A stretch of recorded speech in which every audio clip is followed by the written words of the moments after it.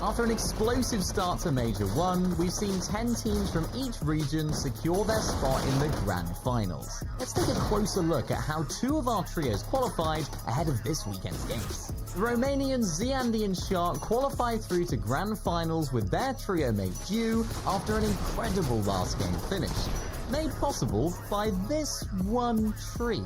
This trio land at Canyon Crossing, which is widely believed to be one of the weaker drop spots on the map. With slow farming metal and how it's quite literally in a canyon, you're susceptible to getting shot at from above. Because of this, the trio leave with fairly low materials, no storm surge damage, and only one void mask between them. To get their damage and materials, their strategy is to camp in areas where they know teams will run by to try to catch someone off guard. This is a risky strategy, since if it doesn't pay off, then they've wasted valuable time. After hearing some shots in the distance, they sneak over to Shogun Solitude. Ziandi positions himself hidden right behind a tree and gets ready to attack, while Dew and Shark are waiting in the wings. Seconds later, Tobko runs up to farm the tree when Ziandi pounces, catching him off guard and picking up an easy elimination. After this, Shark and Dew come on over just as Ziandi eliminates Tropex as well. This sneaky double elimination get this team around 600 damage, triple void mask, and basically max materials that they couldn't get from their drop spot. This sets them up for the entire game, allowing them to position in less crowded areas of the map and not needing to overpeak for storm surge damage, therefore saving heals and mats for the late game. Like in this position here, they're nearly 600 damage above the threshold, mostly because of the off-spawn eliminations, and can just chill inside of their box. In a crazy turn of events, this trio then find an elimination in the 6th zone onto Fishy, the final member of the trio that they eliminated off-spawn, who was scrambling for surge after rebooting his teammates. This and a couple of other elims set this team up for the endgame, where they were able to play out their mats on the low to mid ground layers until in the top 3 where they can triple mask onto height and close out the game in style, qualifying them to the Grand Finals for Major 1, all because of this one tree.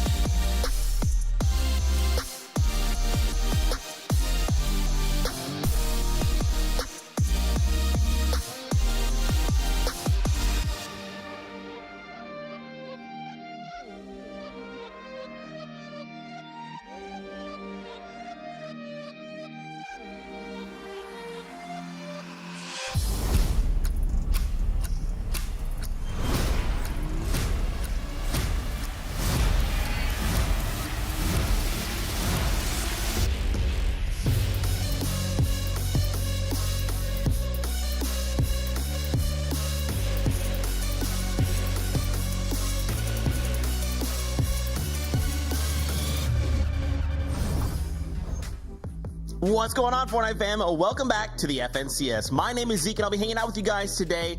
And this weekend is fantastic because this weekend will give us 2 groups and more players securing spots to the Major 1 Finals. It is going to be a fantastic time. Let's get your analyst in here. You know him, you love him. It's 112K, it's Mini Miner. My friends, it is so great to be hanging out with you guys again. How y'all doing? Friend Zeke, you left us? What? Look at this guy crawling back to EU after abandoning us for NA, but now he's back on the better region, so it's good to have you back.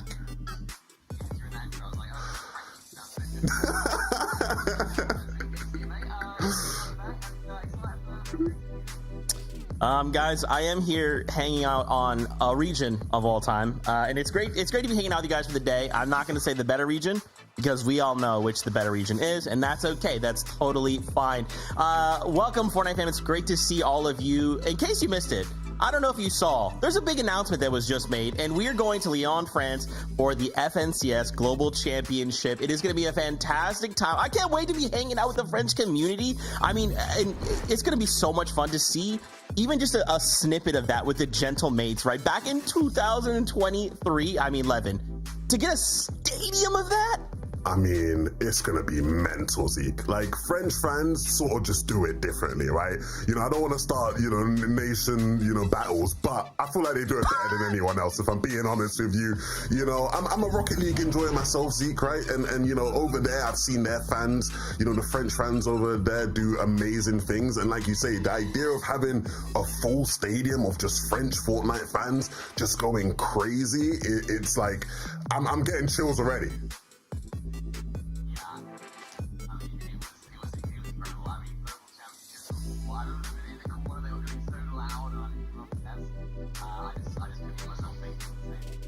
Yeah, in that moment, like, just think about the first victory round that happens, right?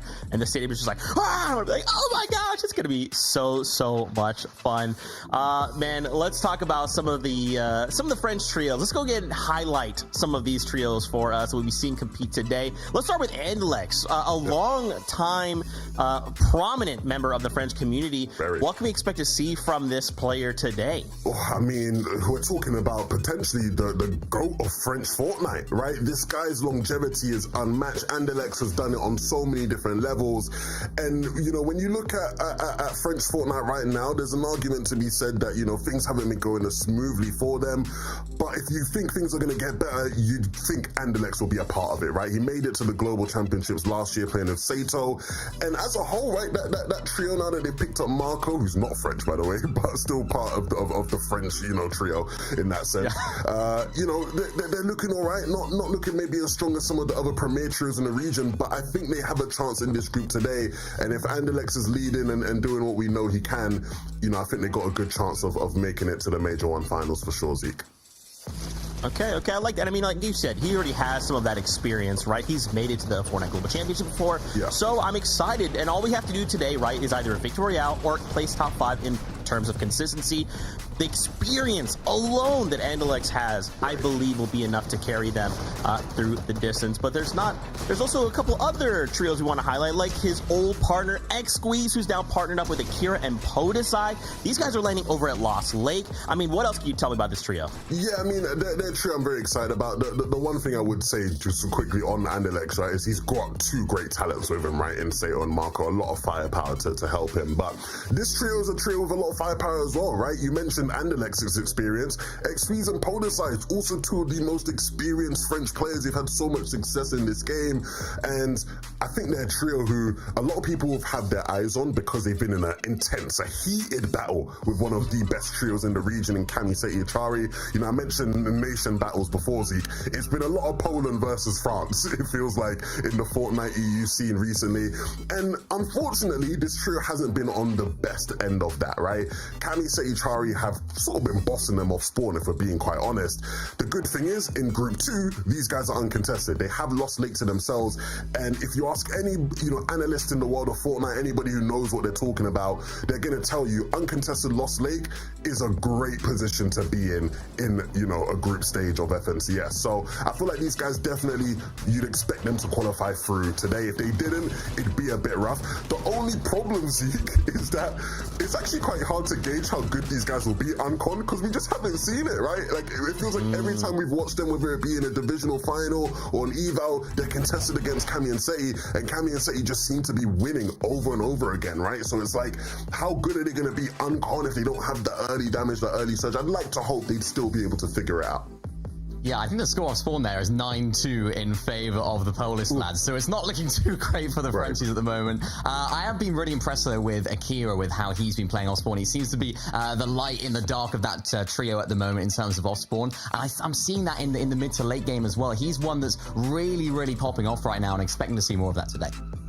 Okay, and part of me kind of wants to see them get contested, right? Because I feel like having experience and being contested, maybe that allows you to punch back across, but I guess we'll see shortly, right, to see how this unfolds. We want to highlight two more trios, so let's bring up a drop map to kind of lay and set the scene a little bit. The first trio we do want to talk about is Floki and Clement. These guys are landing at Magic Mosses, but we're also looking at Pumped Power as well.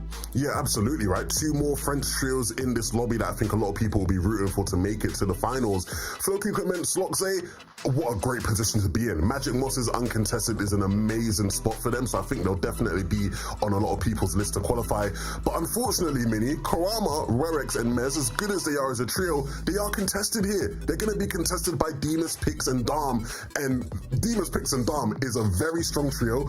It's another example of Poland versus France, right? Because we have a Polish trio in Demus versus a French one in Kuramas. And again, another instance where I feel like you probably favor the Polish trio off Spawn here, Mini. What do you think so far? Yeah, I think so. I think I think you're right there. I think the French trio they got together in week 5, it hasn't quite been smooth sailing for them. And for the Polish lads, those guys have actually managed to win a divisional final, right, in week number 2. So it's a team that's landing in a very good drop spot with a good history of off-spawn wins, and they're in form at the moment. I think it's going to be rough for the French lads there off-spawn, but I mean, anything is possible, right? In this format, all you need is one win, one making it off-spawn, and one good endgame. I like it. Like, it's okay with all these kind of trios set up. Right. Which one do we think could make it, right? Either through the Victory Royale or consistency. So it'll be tough. I think when I look at Anderlecht, because I was bigging them up so much, they are contested off spawn at night shift. But the thing is, if they can win one of those off spawns, night shift is a great spot to play out. The early damage, the early surge they'd have from that would, hopefully propel them into a win. But it'll be tough being contested. I'm looking at Floki, Clement, Sloxay. I remember when Floki and Clement played with Disipdos all the way back in the day. They were sort of that low to mid ground team, very consistent at making end games, and I expect no less of the same today from what I've been seeing from them this season. Ooh, you guys got me excited for some games, but first, why don't we introduce your casters? It's Tokata and the best taco. Viva la France! Thanks so much, Zeke and the Des. But yeah, no, it really has been awesome, Takata, seeing all of the love that the French community has been showing for that global championship announcement in Lyon. But we've even got non-native French players that are going to be represented by these French orgs, right? So Nathan from the UK, but being represented under Havoc GGs. And for anybody that's been following along in EU, you know about Nathan. With the dual representation, even a controller player that's been trying to go crazy, Takata, and not only that, but Waz's watch parties of this trio, Nathan, CZB, and Eclipse, you could definitely expect to see some big things from these guys. Oh yeah, pure excitement from those watch parties. But another name you can't leave out, Merstache on Gentle Mates, one of the most iconic teams or organizations in the French region, obviously playing with Queasy and Swizzy. Now this is a trio, Taco, that I cannot see only qualifying to the major finals, but winning the whole thing. I mean, they have 8 FNCS wins already. Why not make it 9? Yeah, hard not to have a conversation with Queasy's trio in it, and I think that's a perfect reason to take it back over to the desk. Man, I mean, they just went ahead and just said, what's the best trio right now that we can talk about? Queasy, Merstache, and Swizzy. These guys are probably the best trio in this group as it stands. And I mean, when you just kind of look at some of these names, I mean, longtime EU fans, you know Queasy, you know that name. And when you got the king of height in the lobby, everyone else has to be scared. Absolutely. I mean, how can you not be, right? A team full of champions, right? All 3 of them FNCS champs, all 3 of them a gulf of experience, and a great situation to be at, right? Uncontested at Seaport. As good as they are, they have had some weird off-spawn battles at Seaport at times this season, Mini. But uncontested at Seaport, they'll be licking their lips. This is an absolute breeze, a walk in the park you'd expect for them the next 5 games. Yeah, definitely. I've been looking back at some of their divisional finals. They've been uncontested some weeks, contested other weeks. As you mentioned, they've had a few difficult off-spawn situations, but now uncontested today. Also with the fact that, of course, Pump Power to the north is contested, as we just mentioned, opportunities for them to not get looked at for Surge and also for them to look at for Surge as well. And even that split towards the south, the Rolling Hills down towards the south, they're actually contested as well. So whether or not that team will come in, I don't think it's going to happen. So Queasy and his trio are going to have so many opportunities here to get some Storm Surge tanks. That is terrifying, right? That's what you don't want. You don't want someone to be uncontested, and you don't want them to have their choice, right? Hey, what do we have? What do we have access to? Where's the zone? Let's just go contest that spot over there. We have so many options. That is crazy to see. We wanted to highlight Queasy's IGN capabilities. We actually have some like raw data to show you guys from the play-in save. Just kind of show off how much Queasy is contributing to this trio by himself. I mean, just look at this brick farm. 45% of the trio. That is crazy. Yeah, I mean, look, the stars of the show are Swizzy and Mustache, right? They're the ones you pay the money to watch, right? They're the flashy ones, the high-flying ones. But Queasy's the GOAT IGL, and to be honest with you guys, I'm not going to sit here and praise him because this is his job. Do you know what I mean? Like, I'm not watching these guys. You know, if I had Mustache and Swizzy on my team, of course I'm farming half the max, right? I want to give them all the chance, all the time to get as much damage as possible. And yeah, Queasy isn't contributing with eliminations. He isn't contributing much with damage, but he is going to be the one putting Mustache and Swizzy in the best positions to thrive and be successful. Yeah, we're seeing a few trios nowadays sort of have these sort of fluid roles in terms of who does what, who takes over at what point, who's tarping here and there. And I think in this trio, we just have those set, defined roles. IGL, 2 fraggers, 2 players that are going to pick up eliminations. Queasy's going to be leading the way the whole way, which is so crucial to their success, especially in game and on high, of course. And you know, you mentioned roles. Roles are so important in trios, right? And I think it doesn't necessarily have to be as like defined as one's the IGL, one's the fragger, one's the support. Just like in different like scenarios in the game, when the game's in a different game state, understanding what the roles are, these guys do that, I feel like, better than anybody else, right? Zeke, you mentioned Queasy being the high ground king. Let's watch one of these games from high ground, because we're going to see them on high at some point in this lobby. 100%. That's what these guys do.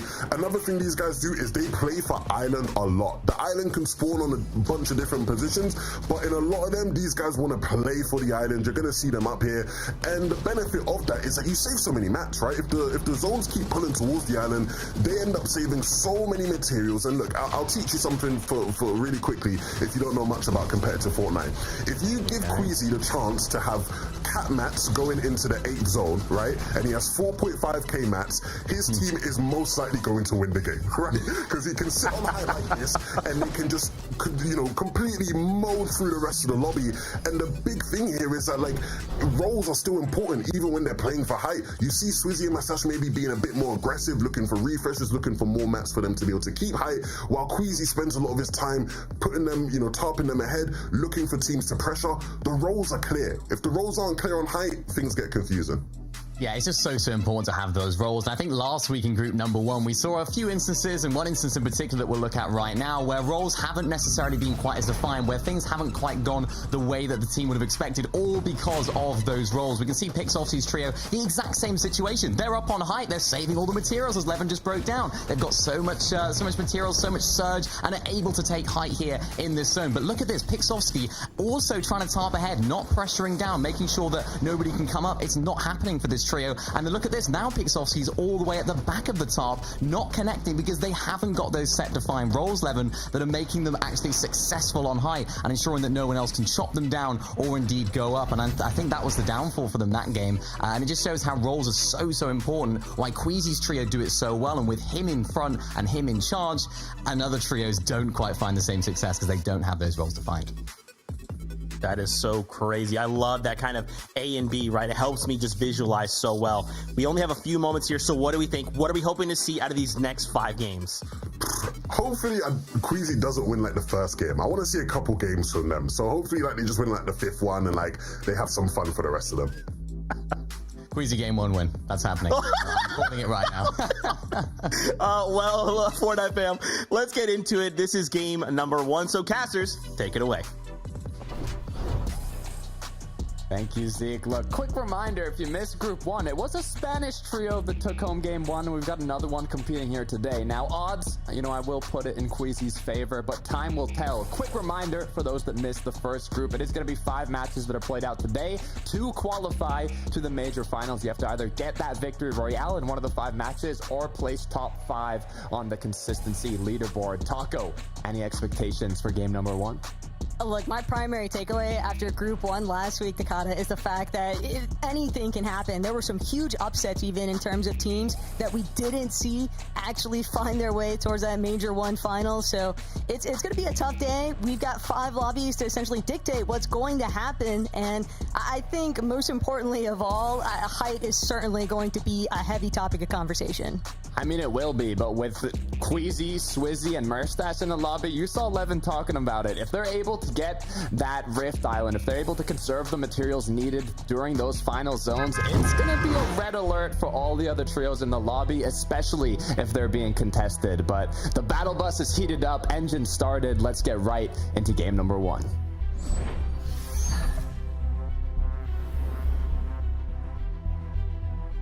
And just like that, Group 2, Lobby 1 of 5 to start us off here, Takata. But you know what I do have to make a call for is the fact that Queasy, whenever he goes back, because he probably will go back and rewatch this, and he's going to hear Levin say, Game 5, hopefully, right? Like, you really do beat your own in some of these circumstances. Yeah, and speaking about, the contested trios, based on the drop mob going into the second group of the day, Flooded Frogs was going to be contested here in a sense that Noms, Rizoy, and Gripey are kind of on the outskirts of it, but it looks like no very quick engagement off the bat. Same cannot be said potentially for Night Shift Forest as some of our teams start rolling in here for Strokey, hoping to get a glimpse of some of those late flyers, but not going to get the chance just yet. Try and look for an early knock. Buildings and territory being established. Andalex just trying to get a little material he can, knows that he's not really set for a fight just yet. Right, in trios, these early game engagements are all about claiming space. You want to claim the most loot, you want to claim the most advantageous position, whether it be an elevated building or just have the most rare or elemental chests. It's all about claiming that space, giving yourself that advantage to have better odds against the trio you're going up against. But when you lose a player so early on and you're put into a 2 versus 1, this just makes it that much more difficult to come out on top. At the very best here, Nafrizi just hoping to try and communicate with the rest of his team, give an indication of what direction it's coming from, but Rakuzan from above gonna actually be able to go for the double revive here. Bit of relief, but Splick still trying to reapply the pressure, holding relatively well. Splick though just way too aggressive, jumps up, immediately gets sat down. A nice knock here for Lucia that might just really set the tone for how this fight's going to spill out. Yeah, looks like pretty quick cleanup, but issue is if you have Karma running away, you got to make that decision. Early game is all about time management. Is it worth it to chase down a solo if you haven't finished looting your POI? And it looks like for this trio, it definitely is. I mean, you've got the turtles here that do have rare chests on them. So that is a bit of extra loot that will be taken from them. But it looks like they might have just given up the pursuit. Can't say that it's too surprising, though, that they would have those initial intentions. Another trio fight breaking out here, though. This time, it's going to be Savari up against the likes of Clays, holding on to this tree for dear life, where he manages to create just a little bit of space here. Water Sprite should be a nice measure, too, to get the shields back and plentiful for Ricky's trio, but Clays just drawing so much attention from other opponents, and it looks like the third party is starting to rain through. Yeah, I felt danger in my spine when I saw that drone shot of all the trios in the surrounding area. I was like, this is not a good position to take a fight in. Back over to Lost Lake, though. Already 3 eliminations on the board. This is a trio that is looking quite comfortable starting it off. You also have to remember that this is Demus's trio. They were allegedly going to be towards that pumped power position, so for them to be at Lost Lake with a handful of eliminations there, Takata, might be tough scenes for Podesai's team. Have to check in whether or not they're even still floating around. Hanging on over in Seaport City, though, is the real talk of the town here. Queasy, Swizzy, Merstache. The desk highlighted it exceptionally well before everything kicked off, but we'll get back to that thought later because Nefrizi, the action is still going. They're not done yet. They have 3 eliminations, sorry, but they want more as they pick up that 4th. Nefrizi is actually the player who has the most reboot-style matches in the lobby at 83, but he's yet to secure that victory royale to qualify him to these major finals in any of those reboot-style matches he's played. So starting off with 4 eliminations, Taco, maybe he can change history here. Well, we know that they're definitely going to need the surge. Just based off of last week, teams were looking at around 2,000 necessary whenever those thresholds did come into play if they wanted to stay above it.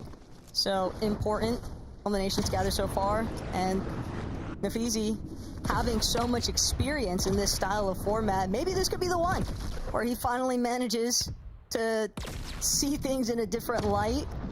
Only time will tell, but this is just the first lobby, and it's not about how you start, it's about how you finish for these kinds of scenes.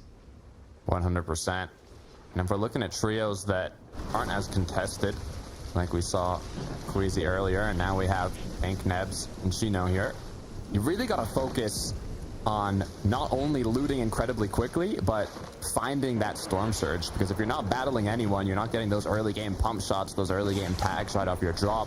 It's all about your game plan, right? Your surge route.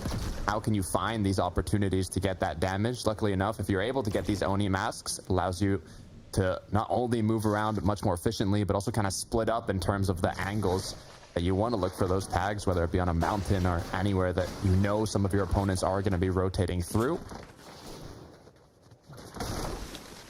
Pink having the uncontested Demon's Dojo, though, and opting to play, I think, a little bit more towards the dead side. So I think a lot of that northeast position of the map, you have some elevation you can kind of play around with, especially when you imagine that there's still going to be some teams hanging around like the Magic Mosses and Pump Power potentially to maybe make up for some of that much needed surge. And surge, still the intention here from Clement, just trying to see what he can actually gather the rest of his team before they make their way in from Flip Frogs. I really want to see a strong performance from these French trios, seeing it where the global championship is taking place. And it all starts here in the group stage. Your opportunity to qualify yourself to the major finals, put yourself one step closer to making it happen.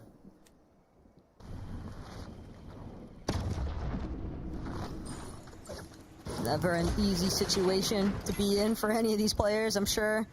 Sometimes the nerves can definitely have a tendency to build up, especially when you don't want to find yourself in that last chance qualifier position. But knowing that a victory royale could be your ticket in for that Major 1 Finals, Takata, we saw a lot of players really just trying to last-minute contest for height. Got some action as well taking place on the outskirts of the map. Batman, easy peasy elimination on the side there, and one more time, that's just critical damage that they need for later on. Matching outfit with the name, I like to see it. As Chap Noah and Yanis are choosing more of the kind of surge base route of getting surge, you need to be not only looking for tags constantly throughout this mid game, but you also need to be farming up, because how quickly you loot and start looking for tags isn't enough time to get those capped mats you need, especially some of the more scarce materials like metal. So if you have a trio, you can even set up where both the Fraggers kind of look for tags a bit more, and this is a bit what Levin was talking about, and the IGLs will be a bit more focused on making sure your team gets as close to cap mats as possible. Also looks like that deep rotation from Pink's trio starting to pay off. A couple of tags going in their favor from Nebs. Separate angles being held as well. Salakse even off in the distance. But Chino, Nebs, Pink, oh, they're taking a little bit more damage than what they bargained for. Nebs going to be forced fall back momentarily. He's trying to provide the support coverage that he needs for the rest of his team. Pink and Chino just burning through those resources so quickly. Gotta be careful. I mean, it is third zone. It's not going to be taking too strong yet, but the more time you spend in zone, the further away it can pull. it's okay to play dead side if you initially get a lot of damage, even some eliminations, but if you don't have any and you're just looking for those long range tags with an AR, it is a bit more risky. You might want to play even a bit closer to the congested side where these trios are rotating from, or like we can see here with Pink Nebs and Chino just staying in zone, but the clock's ticking and the pressure's on, and this is an experienced trio that knows exactly that. Nebs just kind of starting to lead the way, but still wanting to make sure that he can hold Floki and Clement, Sloxe as long as possible. Both of these teams kind of refusing to budge here, and for good reason. Sloxe, having just recently been knocked, seen from afar over a Magic Monsters, definitely looking to be on the bright side there for Pink's trio. But as for the rest of that engagement, curious to see how it actually pans out. Have to expect that a 3 versus 2 though, Takata, that's going to be all Pink. 100%. Taking a look at Nathan and CZB. I love seeing these two players together as we really quickly take a look at how that knock was made from Chino. What if they're going to continue forwards now as we kind of swoop back into the action? It looks like they are. The aggression's going to continue as now Chino is unable to connect the pump shot. As actually, I am mistaken, he did get the knockdown on Floki. Now it's just a 3 versus 1, so it should be a quick cleanup if they decide to chase, but I believe the solo has already gotten away. The split angle positions from how Nebs and Chino play that in the first place to get that elimination onto Sloxe, and it's only going to get worse when you have the numbers advantage. Nebs even having a little bit of luxury here to be able to refarm some of these used materials. It would have been ideal if that fight could have been closed out just a little bit sooner here, Takata. There is going to be some issues I would expect for Pink's trio where they might get held a little bit on that next edge of zone, but at the same time, they can choose to just keep making deeper and deeper rotations now that they do have some confirmed surge damage. Yeah, for Clement, on the other hand, though, it's going to be a rough one. Not only has to wait to try and get his duo back in the game, but going to be low on surge, low on loot, low on mats. It's going to be a difficult battle to come back on as we take a look at Merstash, Queasy, and Swizzy at their drop spot here is Seaport. Now, though, there are more trios around. One full trio. Hellfire's team kind of got Janus breathing down their backs in the distance. I would almost say that he might have even got a little bit of an audio cue for us to what's going down in Seaport City. A little bit of commotion taking place here. Swizzy and Queasy, though, still trying to utilize these buildings, get that optimal high ground advantage. They could see the surge bases as well, but if there's any team that knows how to take these calculated rotations, calculated measures, it's always going to be a trio that's got Queasy in it. Oh, yeah. GOAT IGL. Hopefully we can see a bit of that action in the high ground later during this match, but what you can also see happening in these set lobbies in the group stage is these players, especially the veterans, have studied who's dropping in the surrounding area and how they tend to rotate. So in these situations, they can, afford staying in zone potentially to cut some of these trios off and try and look for some tags that way. But it is 4th zone. The Dojo's arena has appeared, Shogun Arena, as now we'll see who decides to kind of make the first move onto it. And look, with the appearance of the Shogun's Arena, there's something that Levin kind of drew towards my attention not too long ago, and that's Queasy having made a call that, I'm going to be looking for that Shogun's Arena every single time. And obviously in this kind of circumstance, it's going to be a lot more difficult for him to make his way there from Seaport City, from where we saw him getting a little bit held up in that slight fight. But for the rest of these teams, Takata, Rift Island can be such a strong position, especially depending on how the zone pulls towards it. But we have seen a couple of circumstances where teams, they've had issues with that Shogun X Medallion, for example, dropping off of the island, depending on the timing sequence surrounding that. Yeah, quick note to any players competing, make sure you don't finish eliminating the Shogun boss on the edge of the island, as his medallion could fall right down into the hands of another player. You gotta make sure to eliminate him when he's on a nice secure position, center island ideally, as you can get that medallion, which is gonna make you invisible while you're sprinting. Incredibly useful for these late games. as it looks like they're going to be trying to claim that right now. Gotta imagine that it's difficult for another team to try and challenge from this point. If anything, they'll be waiting for Brownie's team to actually leave the Shogun's Arena territory. Yeah. And yeah, teams are just they're honestly just waiting for that Shogun's Medallion, using some of the resources as well, some of those slurp rails that are still on the island. Polo trekking his way up the mountain face. He's got to provide a different angle, but gets clipped from behind when he least expects it. He's not the only one lurking. Now he's going to have to worry about his ceiling getting chopped out from under him. This Darko is just putting so much pressure.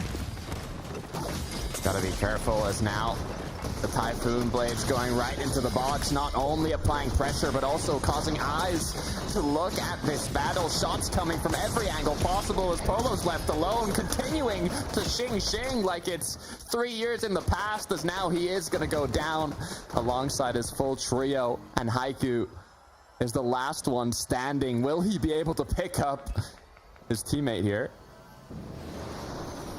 All he needs is the one, because now they can look for the double revive, but it's might be too little too late. Brownie, Almaze flown down from the top of Shogun's Arena. It looks like they actually need this surge damage. They are underneath that current threshold, so they're getting ticked away. This fight might not be as in their favor as it initially appeared. Darkos has an opportunity to seriously turn this. 565 above, they have enough damage, but the issue is they've used so many mats on the most recent engagement. The good news is they don't really have to force a fight here. On the other end, though, you can hear that Storm Surge taking. Fuzzy needs to force a fight here. 239 below, already lost a teammate. But on top of a hill, on this elevation, you're going to have a lot of eyes on you. This is incredibly risky. If the rest of the lobby wasn't already looking to focus them, I'm sure Almay's name popping up in the elimination feed is bound to have set off some light bulbs here for Team Haiku. And sure enough, starting to break through, starting to see where this leftover loot is at from Almaze having been eliminated by those surge ticks. And it doesn't appear as though they're going to have to worry for much longer. That trio just completely wiped essentially by the surge threshold itself. Yeah, it's difficult. Brownie was a trio as well that has yet to make it to an FNCS finals, and you can see the struggle in these top tier lobbies, even if you're able to be the first one to Shogun's Arena. It's very difficult to continue that through the late game, as Shrap now has to be careful. The benefit of already having 1,000 damage, but having lost one of his teammates, as now the push continues. And Kurama, things looking a little bit grim as well for this trio. It's down to just him and Werix. Trapped in Hellfire, they were able to get ample surge earlier on, tangoing with Queasy's team, but they are just finding themselves so caught in the mix of all these trios. Craig and Azako, though, fortunately enough, will be able to secure this double revive onto Scoozy, but they still have a long ways to go before they're inside the safety of the zone. Yeah, this is 6th zone, which is the first kind of half in, half out, half the zone in the storm, half the zone out of the storm. This is a moment where you want to be kind of set on already getting a bit of damage, having enough loot, having enough mats, and being able to focus kind of on where these zones are going to be pulling. But the issue is for trios like Yanis, Noah, who've already lost one of their teammates and they're playing as a duo, it's likely that they're lower on loot, lower on mats, and have to make more of those risky plays. But sometimes odds might be in your favor. This is an option, an opportunity for Noah and Yanis to maybe find one more. But Drake keeps trying to find an angle. He's done wasting time. He's just gonna force his way into the box now with that Typhoon Blade swinging away. Does not care who's on the other end of it. Noah Riley building for his life. Gonna get met with a pump shot to the face as well. Oh, he finds the knock. Dre can't swing for any longer. Marino as well eliminated. Noah Riley is the GOAT for a reason, Takada. And he's holding it down, but it comes at such a steep price. Will he be able to find this revive on Giannis? I don't think so, because too many other teams closing in. Caught all that attention, showing what it means to be an FNCS veteran. Noah now is left alone after back-to-back headshot pump shots. Can he continue his wrath, as now the pressure is onto him? A 1 versus 3 inside of the storm. This is not a position you want to be in, but there's not much options for Noah here. just building for his life. Fortunately, he does have a lot of mats, but players like Yell trying to reposition, finding themselves stuck inside of that wind tunnel instead. It is a tragedy when you find yourself just floating to your demise. And Noah Riley, he's just getting dinged from every single direction. There is nowhere safe for this solo to run. Finally cleaned up from the bottom of his own builds. Again, inevitable, essentially, with how much is actually surrounding the bottom of the Shogun's Arena right now. And look at this. Levin was talking about it. Even though they weren't the first trio there, you have Swizzy, you have Merstash, you have Queasy, on the Rift Island. And not only that, Taco, they've been able to conserve their mats. Swizzy has max materials. I'm hoping Merstash and Quizzy are in a similar position, but this is a code red for the rest of the lobby right now. When you have this trio, 700 above Surge, max loadout, max mats, on an elevated position, already marking in the storm where they're gonna play to claim that high ground. This is looking like a quick game one. If you give Queasy max materials, essentially, heading into that 8th zone position, Takada, I think we know how the rest of this story goes, but don't want to commit to any sort of jinx yet. Even the mighty have fallen before, especially when you factor in that every single one of these teams competing here in this first game of the day knows all they need is a win, and they are in. They've had 4 other chances, considering that we've got 5 games burned through here today, but a victory royale looks nice, and everybody knows that height is one of the primary ways to secure it. They've got every checkbox crossed off. I mean, they've got mats, they've got positioning, they've got loot, they've got damage. They have everything, even time to plan the next rotate, which is exactly what Volko's going to do here. You see there's just 2 seconds left until next zone appears, so this is the time you want to look around, see what's going to be the best rotate. You need to already have this information by the time that zone pulls, so you can act quicker than your opponents, and it looks like they might have just found a solo down below in the mud. Unfortunately for Noms, Storm Surge is also ticking. We're really just getting a indirect view of Noms' downfall here. He's not even getting a chance to try and TP up. Strokey immediately going to shut that down, but that is a nice Cypher material circumstance for Strokey's trio.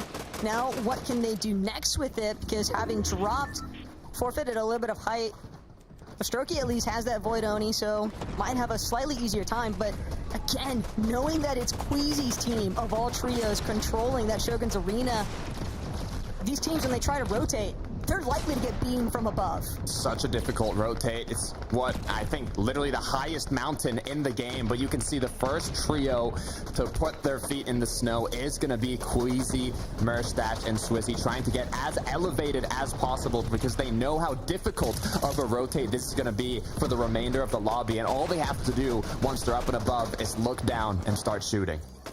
I did see sights, though, of Nathan, CZB, and Eclipse. They're going to be playing from that secondary height position, so if it wasn't tough enough dealing with the likes of Queasy's team all the way up on the peak of this mountainside, trying to break through Nathan, CZB, and Eclipse as well is going to pose even more issues for these teams. Just so much material that's going to be ate up on this journey towards that top of the mountain.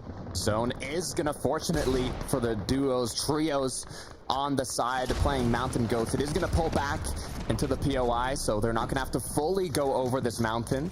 A little bit of a savior for all the trios down below, low on materials like Pink, Nebs, and Shino. It's going to give them another chance here, another shot at redemption, but they are going to need a refresh on this rotate. Ideally, what they want is potentially a team that's a little bit more shambles than them as far as materials are concerned to get a quick refresh off of, considering that they're about halfway up from the bottom, might have an easier time trying to seek out that refresh than some others. Maybe some loot goodies from Queasy's team that they might drop, but all the way down at the bottom of this mountain face already, things are just continuing to pile up, become even more and more congested.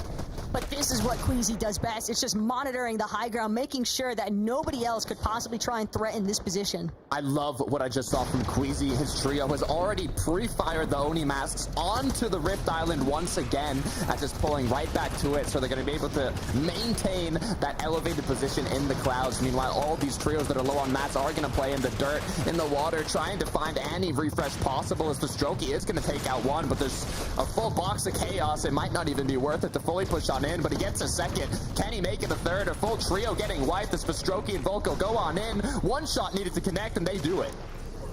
Colb's team didn't stand much of a chance here, but what I want to keep an eye out for, Takata, is teams that are trying to go for these blind TPs. It's going to be so difficult because they have to worry about those wind tunnels potentially taking them into a position that they don't want to be. Off of those Void Oni masks, Nafizi and Lucia holding on to this last charge of the Water Sprite. And it's going to continue to buy them just a little bit more time, a little bit more HP. But getting up towards that secondary height position, Swizzy, Mustache, Queasy, they're not trying to allow it. Always staying ahead, always staying on top. Still, look at the materials that Queasy, Swizzy, and Mustache have. Look at their loot, look at everything.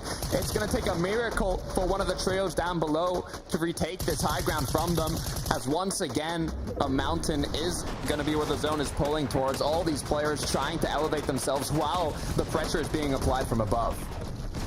For Strokey, Volko quite literally got trees even blocking their paths, but don't want to break them out just yet. Don't want to give away their specific location towards the likes of Queasy, Swizzy, and Mustache, who are adamant as ever for keeping watch.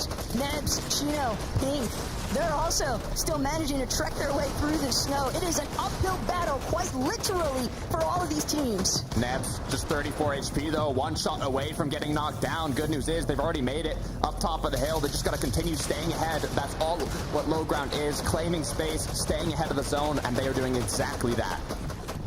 Chino, Pink, hoping to still carry the torch here at this stage. Nebs as well, a couple eliminations to his name, but look at Queasy, just an absolute behemoth from above. Everyone just at the exclusive mercy of what Swizzy, Queasy, and Mustache decide to do here. But Pink, he's looking to turn things into his favor. Volko gonna smell the party here just a bit. He's gonna get a little bit of the siphon, but Chino, he's the only one left to keep the dream alive at this stage, and he goes down. Lucia now 6 eliminations on the board. Nafrizzi is going to be his duo that's up. It looks like it's a 3 versus 2. The Titans on high drop down now. They're not playing heel off. They're playing aggressive. They're closing it out. And Swizzy, Queasy, and Mustache are going to take home game 1 of Group 2. Look, I get it. It would have been so much fun to see what Queasy, Swizzy, and Mustache had planned for the day, but if you ask me, Takata, there was no other plan other than just playing a singular lobby to punch their way into the Major 1 finals. That was the most calculated Fortnite that you could possibly ask for. It was absolutely clinical from this team. Are you surprised? Levin called it before these games even started. If you let Queasy, Swizzy, and Mustache on Rift Island in the end game, max materials, max loot, it is not going to end up well for the rest of the lobby, and they showed exactly why they have the reputation they do. Levin, Mini Zeke, you got to break that down for me. Mini, right here in my script, it says they win game 5, and you just had to go off and change the script and say they won game number 1.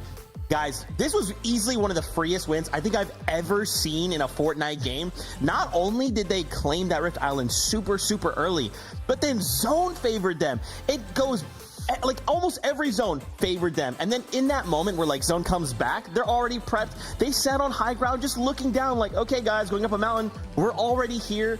This was so like, this was easy breezy for them. I mean, there goes my entertainment, you know? I see that one of them. Like, we know these guys can win any game and just qualify, but it's like, you know, at least give us a couple games of fun, you know? Let us doubt a bit, add some jeopardy. Mini was like, nah, let's win game 1. And they do exactly that. You know, when we were breaking down how these guys play for height, it literally was the exact same as the breakdown we did, right? They're going to play for island. They get up on the island. Zone pulls towards the island. They have cat mats.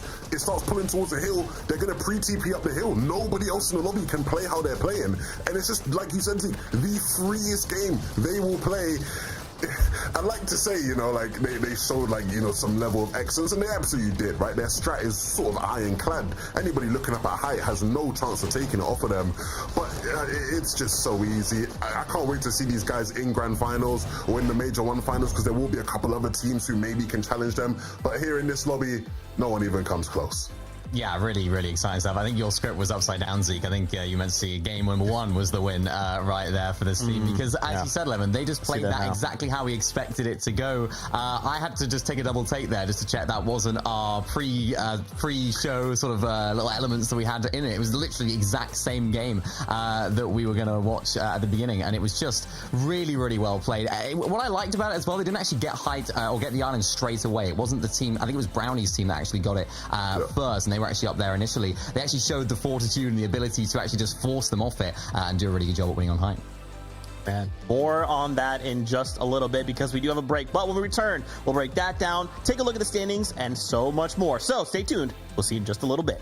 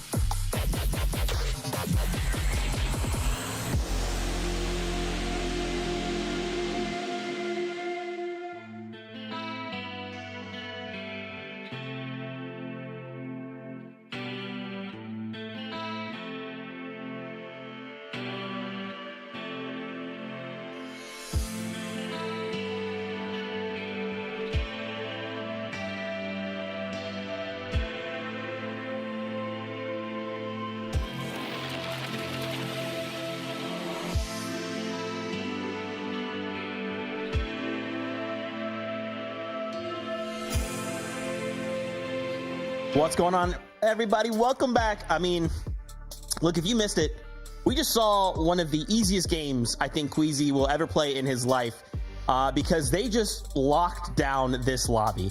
And what looks easy on paper is definitely not easy because this still takes a lot of skill to complete. But at the end of the day, Queasy decided, you know what, we have 5 games to play. I need to get a victory royale. I need to place top 5 consistency. Why don't you get game 1 victory royale, close it up, and now they're going to the Major 1 finals.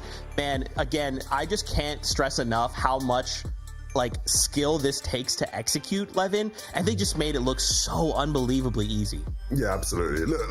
Let's break it down again. We did it at the start of the day, Minnie. We already did a breakdown of how they win height, but for the people who maybe weren't paying attention, we'll give you another tutorial and you can figure out this way. So we see they like to play for the island. They didn't actually play for it on pool, which was interesting. It was Brownie's trio that was up here, and they made the mistake, I guess, of dropping down, right? Because then you leave it open for Queasy's trio to get up here. And And the benefit of this mini is zone keeps pulling towards it. They save so many mats. And so when the zone pulls towards the mountain, they're in the prime position there. You saw them marking the mountain. They TP up, way up the hill. No one's anywhere near them. And they can just sit here and again, save materials. Again, pressure the teams below them. And when zone pulls right back towards the island, guess who's in the perfect position to TP back on the island? I mean, it is just so free, like we're highlighting. They can sit here on the island, they wait for it to open up. Even if they want us to tank a bit, they have the splashes to do so because they have just cap loot. And then from there on out, nobody has any chance of taking height off of them. You see everyone else in the lobby is building in wood, while Mustache here, still has 100 builds, right? Like as soon as Queasy runs out of hearts, he can just drop another cap metal to him. Everyone else is struggling below. They're playing a different game to everybody else, Mini. Yeah, and I think that's the key point about how this team are going to play when it comes to the finals, how they have been playing, and how a lot of the successful teams are playing. It's putting yourself in the best possible position, because even if you're not necessarily going to get that zone pull, like we didn't see them get the 9th, remember, it pulled all the way back down the hill, favoring all those guys, but because they were there and we have these void TPs, they can just easily rotate across that end game and put themselves in a better position next time. So being in that power position is something that we know Queasy's all about, and we can see it works very well. Even only 6 eliminations, because they simply didn't need them, though, and they didn't need the materials at all. Yeah, not many chances to get them, right? No. They're shooting so high up. I mean, dude, again, just props to them for making that look so easy. If you're looking at this 1,000 points, it just means they're going straight to Major 1 finals, rather. So don't worry about that if it looks a little weird. We wanted to highlight 4th place for you there. Pink and Nebs putting on such a show there, making it into that 3rd place spot, almost trying to fight what looks like an immovable object there in Queasy, but still showing us what they are capable of, what they've been practicing for, and now coming out this strong in just game number 1. I can't wait to see what more they can do with 4 more games. Yeah, I'm really excited about this trio, right? Of course, there's like elements of the end game that are interesting for sure, but just the way they play the game is really unique, because they have Nebs, who has that mythic Oni mask, right? He has 50 charges, everybody else in the lobby has 10, and we saw in sort of the early and mid game, the way he was playing, he has a lot of freedom to roam and look to engage on fights and just sort of help Chino and Pink have an easier path when they're rotating through, and it means that they can sort of get to endgame, a lot more stacked in a lot better of a position. And I think these 3 are, a team that you probably will expect to win a game at some point today, Minnie. Yeah, and I think they'll do it on height as well. I think what we saw in this game was sort of that low to mid-ground play style. We saw them fragging with each other. And again, it wasn't a very easy zone for them in terms of where they land, right? They're landing all the way to the sort of top right of the map there at Demon's Dojo. So it's one of those where they had to make a long rotation. They managed Surge really well to get to that position. And I think they're a team that can play height as well, especially now that Queasy's out of the lobby. It changes so much when it comes to height dynamics. And maybe some of our teams, like you mentioned, Zeke, might now play for that island. Yeah, I mean, what do we expect right now that we've got Queasy out? Does that mean we're going to look to contest his drop spot? Are we looking for height, Levin? What are we doing here? I mean, I think there will be a couple of, contestant teams in the lobby that might sort of look at it now and go, yeah, maybe we should land Seaport. It'd be funny if it ends up being contested, because there's a couple different teams that think that way, right? Height for the rest of the lobby does get easier, for sure, because now Queasy's not there. I expect it to be sort of how it was in Group 1. Group 1, it was so chaotic. We had a bunch of different teams looking up for it, trying to take it. Game 1, nobody bothered. 1, because of the zones, 2, because of Queasy. So height will be a lot more interesting for the next 4 games. Okay, let's see what happens. Game number 2 is upon us. So casters, over to you. Look, guys, height might get a little bit easier to play, but the pressure is going to remain as high as ever here, Takada. We've already seen a masterclass essentially coming out of Queasy, Swizzy, and Mustache for lobby number 1. And what's the GOAT quote after all? Get height, don't die. That's Queasy all day long. Get height, stay up. But look, we mentioned it briefly as well just now. Seaport is now uncontested, and we have duos contesting each other right south of Seaport in the Blossom split. We have trios contesting each other at Boxcars right north of Seaport. So, now, even while they're dropping into their original drop spot, they might be able to see, like, oh, okay, Seaport's free. Let's just drop over there. So only time will tell. Will they decide to make that choice, or will more trios make that choice and cause a new contestation? Game 2 starts now.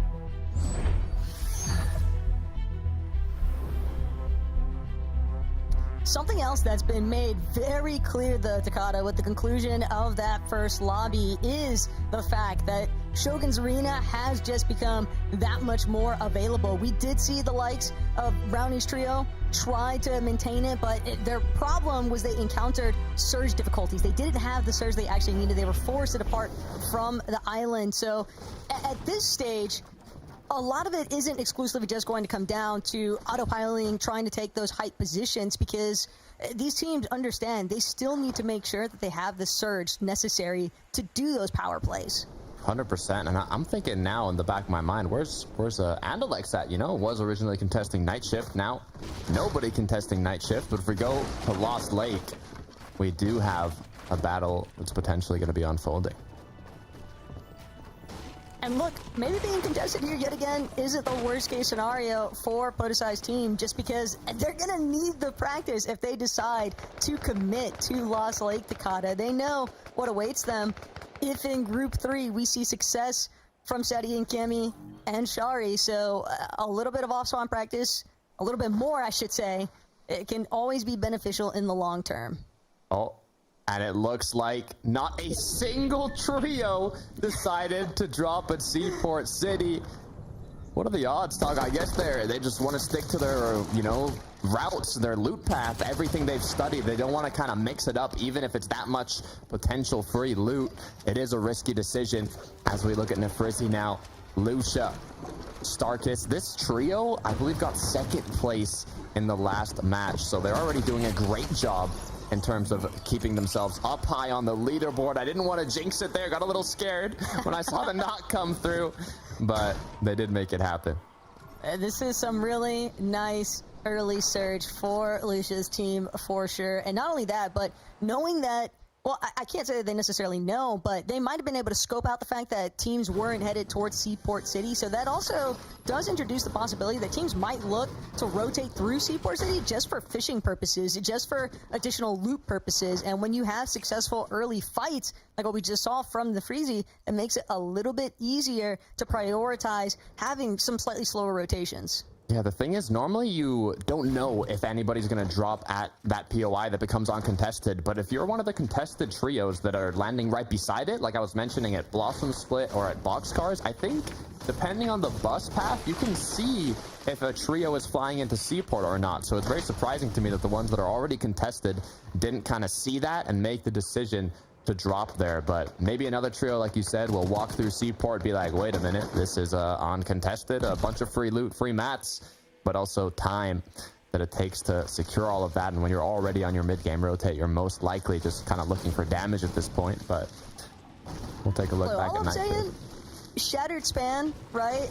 If you're the team at Shattered Span, Putrix, maybe use one of those launch pads to head into Seaport City. They'd also be one of those teams, I think, that has an easier time at scoping out the fact that there's nobody there. And Shattered Span has definitely kind of been going through the ringer, especially since the loss of, you know, some key resources like the Slurp Truck, and it might make it a lot easier for them to not have to play from such a fringe position on the map. And I think at a slight disadvantage some of these other teams in comparison to what they can gather from that POI. Heading back over to Pink, Nebs, and Chino got, I believe, third place last match. A lot of these trios have already kind of set themselves up fourth place for a good position on the leaderboard. So at this point, as time goes on, it is 5 matches, and when we get closer to those final matches, you might have to change your playstyle, whether it be for the win or whether for consistency. But up at the Polar top, we have Polar getting eliminated, or Polo, sorry, by Dre, who has now secured 3.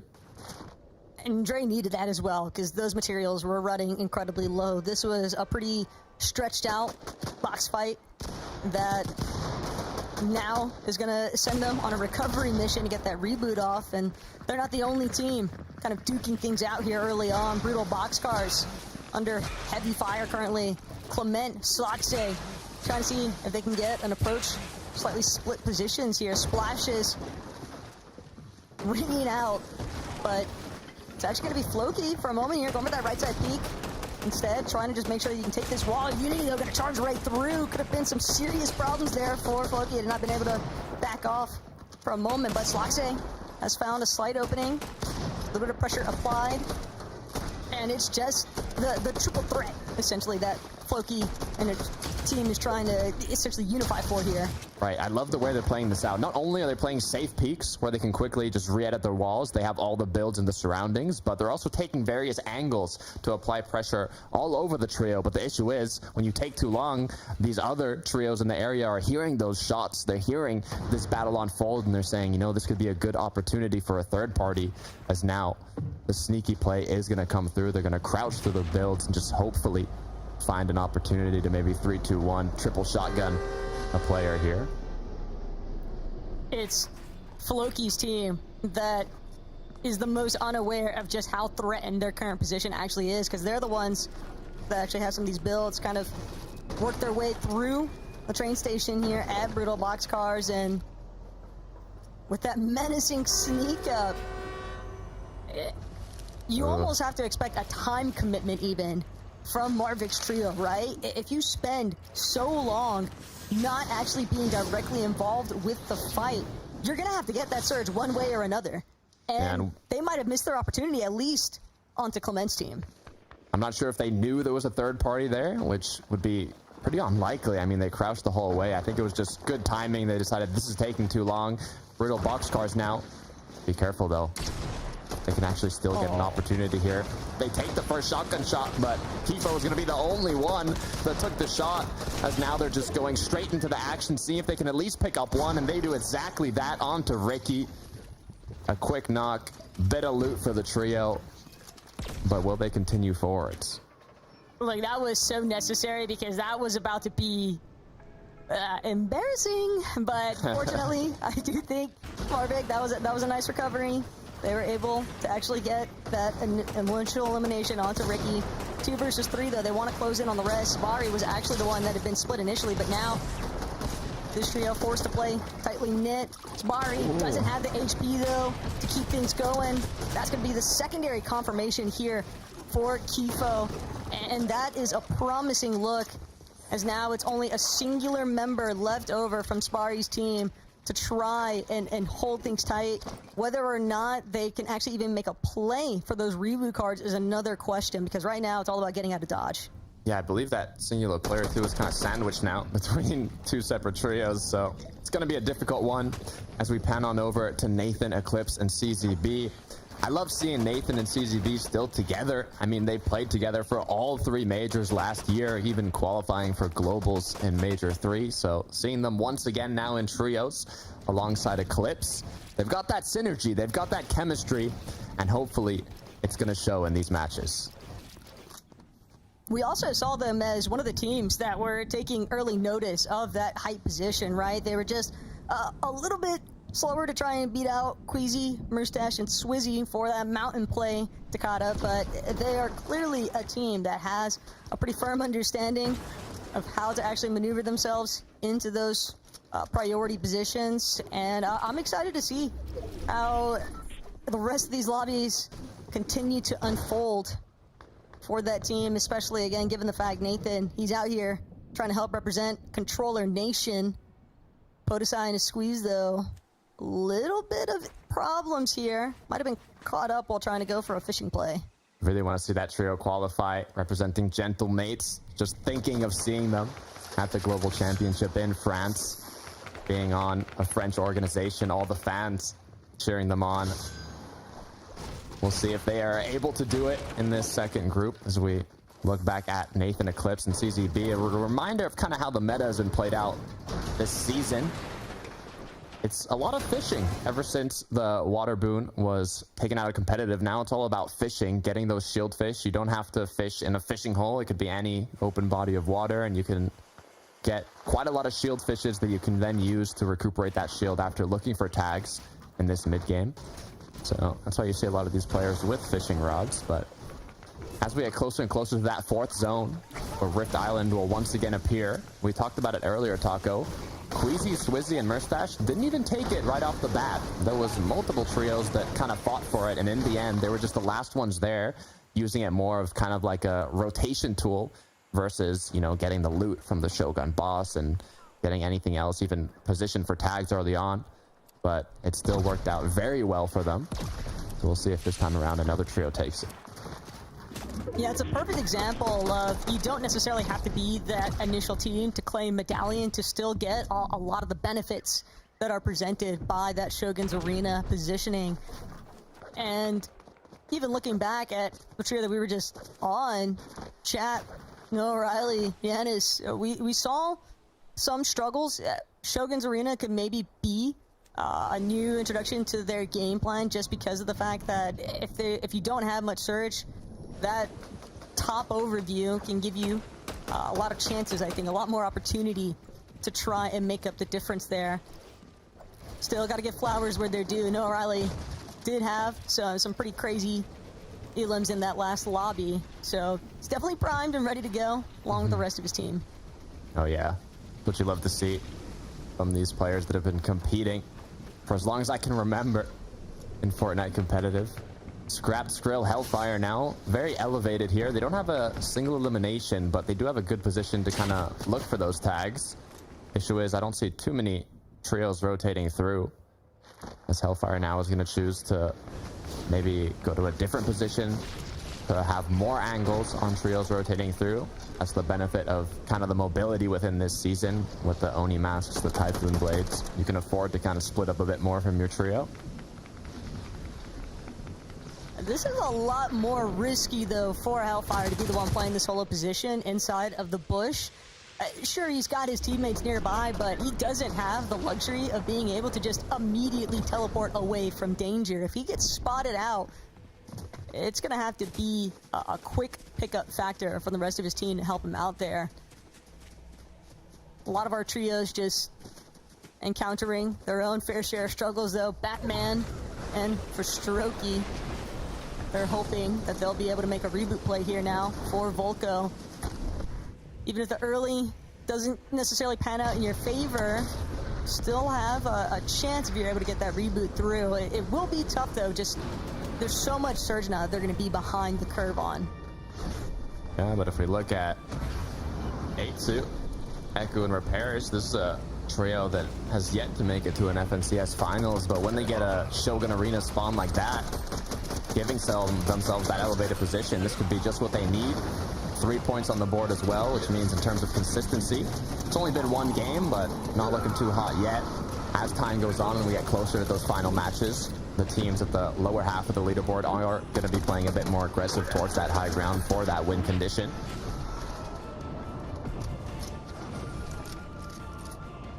So far, so good as well for Echo's team. Doesn't appear as if anybody is going to make a surprise appearance just yet.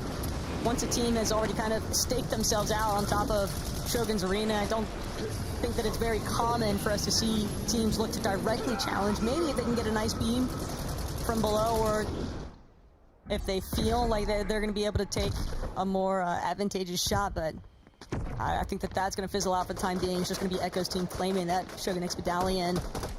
Magic Mosses, though, right on the outskirts of it. Nebs, Pink, Gino, trying to replicate some of that Lobby 1 success, but that was kind of disastrous for Nebs. Punished for that peek just now. Yeah, be careful when you got a full trio in the bush looking at you. It's a risky peek to take. Some trios rotating in from Storm. It's a safer option now to look at that. A triple spray attempt onto Clement, Floki, and Slutze, though. Once again, from that trio in the bush, being a bit of a nuisance now for both teams in this build. It's teams that are a little bit south and north of both these trios' positions, though, that are bound to be taking notice of the box fight that's currently engaging. And sure enough, they're all forced to shift their direction towards some of those teams that were rotating just a little bit sooner than them. They don't want to find themselves getting help. They want to make sure that those teams are going to be at least a little bit hit, a little bit prioritized with trying to recover their own shield, so they won't get chances to actually keep looking for tags onto Floki or Pink's trios. Right. What I like about trios versus duos is kind of the options you have for those tags, whether it be triple shotgunning into triple spray, pre-edits. You have a lot of these options that have kind of higher chances for you to actually get those tags, even if it's against the trio that's, you know, boxed up in a base or wherever they may be. So if you're really able to kind of have that synergy with your trio, make sure communication's on lock, then you can kind of create those opportunities for yourself. As we look at a replay. Ooh, one more time though. You saw it just for a moment there. That 126 below before that fight initially broke out there. Brownie's trio clearly still encountering a decent bit of struggle in terms of maintaining a nice surge threshold here.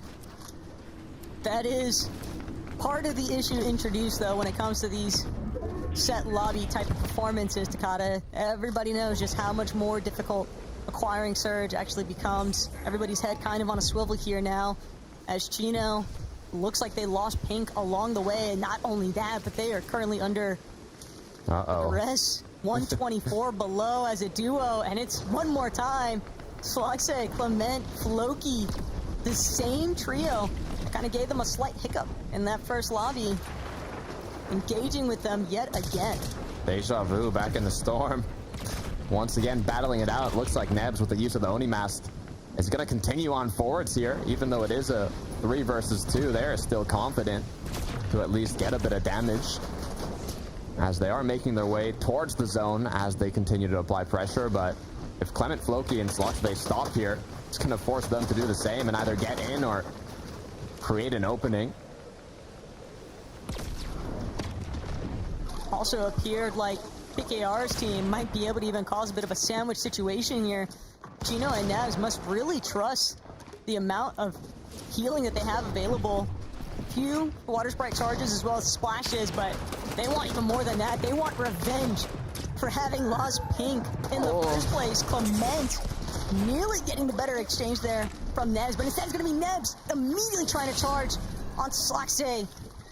France hold strong though currently. Floki, Clement, and Sluxe are going to fully wipe Pink's trio, and that is definitely going to be a bit of a thorn in the side there. I wonder how scared they were for Surge. There was 75 players up. It's 74 for that zone needed for Storm Surge to no longer be active. Just one player needed to get eliminated, but Storm Surge did get active. They went all in, and it did not go in Pink or Chino's favor. Game 3 hopefully will be a little bit brighter for them. Doesn't even look like it was a long-lived success there either. That elimination onto the Strokey. Particle, Kirer, and Nako doing what they can to Takata. Wow. Try and TP their way through this. I'm liking how this trio has been performing, actually. They got into the late game. I believe they were one of maybe even top 5 in game 1.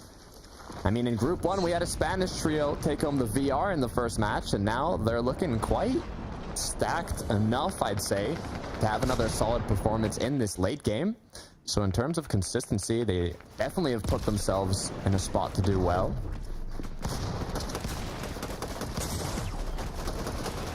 Janus, though, didn't even realize that there was another player running down his own Surge Tower with him, trying to build up as high as possible, hoping that he's going to have the likes of Chap to come through, help save him.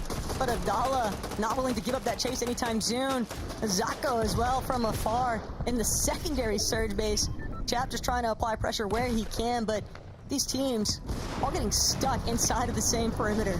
Yeah, gotta be careful. Chap went full protection there, placing hard mats, covering his team, making sure they have a bit of time to recuperate that shield that they lost, but they're gonna end up using a water sprite here to get Janus back in action. As now the issue is they're only 86 above Surge, and the clock is ticking. The numbers are going down as Nefrizzi is one of the culprits here, doing more damage to his opponents.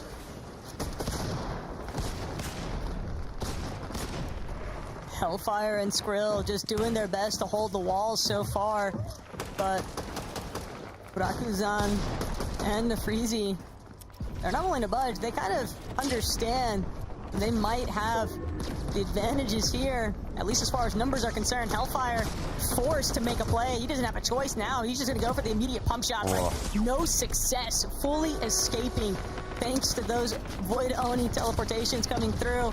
And Hellfire. He might have 3 medkits, Takada, but until he finds a tag, they're not going to be of any good to him. Yeah, there's one of the most dangerous zones for Storm Surge. It needs to get to 40 players for it to disappear, and there's still 55 up. So Hellfire, Skrill will have to really find a miracle here in terms of damage. Just 58 below. They have no option to tank it or wait it out with still so many players up. All they have are medkits, no shields, so it's pure aggression and big shots needed to connect here.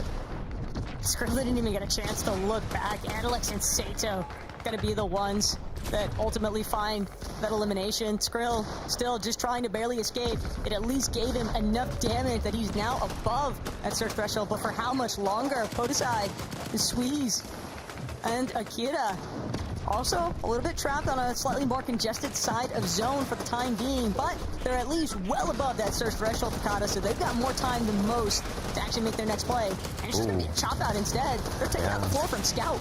Looking for a triple spray down, try and drop an opponent in the box, but in the meantime, another trio was taking a look from the side, jumped right on in, took out one of Podesai's teammates, but they were able to clean it up. The issue is now the pressure's on them, the shots continuing to rain on in, builds being broken. You have to be careful here to not run into an opposing trio's box or into an opposing trio's wall, as Akira's forced to just completely leave his teammate, but the regroup is going to come in. That was an incredibly stressful situation, and they lost X-Squeeze in the process. And it's not over just yet. Akira realizes he's getting clipped from every which direction. Gonna catch off Scout, though. The initial team that they were trying to hunt in the first place looked for a rotation, but the force split. Now Akira might have an opportunity here, but his squeeze has been knocked. He's hoping to just get this revive off, but Scout doesn't want to allow it, considering what he's already lost in the process. Do they know? The issue is here, 30 seconds left till zone starts closing. You got to start looking around for rotates. Well, when you're a duo, I mean, you have the Oni mask. You don't want to use that Oni mask so down in the dirt. You want to have a bit of an opening, stay a little bit elevated so you don't have builds blocking you. So they're going to have to find a way to escape out of that kind of cluster of builds they got stuck in to look for that rotate. But Nefrizi, Lucia, and Starkus now, 105 points, continuing their way up that leaderboard. Did seem like Grippe's team, though, was actually the trio looking to potentially try and take height. By this stage, we'd already had a really established trio in that last lobby with Queasy, Murstache, and Swizzy for height. And sure enough, Grippe, Noms, they're up above the rest. Now it's going to come down to exclusively how well can they manage this high ground position. Chap, Janice, Noah Riley continuing to try and teleport their way up over the hill. They just want to get out of the hornet's nest that's currently building inside of those mid-ground layers. Did a great job doing so, but now you got to be careful. You don't want to look for refreshes on the backside of zone. You want to get ahead and look for them ahead so you don't get stuck behind and staggered, as now the high ground retake is going to come through, but it looks like Noms, Gripey are still doing a good job of holding on to it. They're not in zone yet, but they have claimed the position. Noms as well, trying to see if he can get a piece out of PKR's team as they look teleport forward. It's just about who's going to be able to actually control this front side, though, and Rizoi just backing up Grippe, but you tell the builds, they're running relatively low. For a team that wants to try and maintain height, they're going to need a refresh sooner rather than later.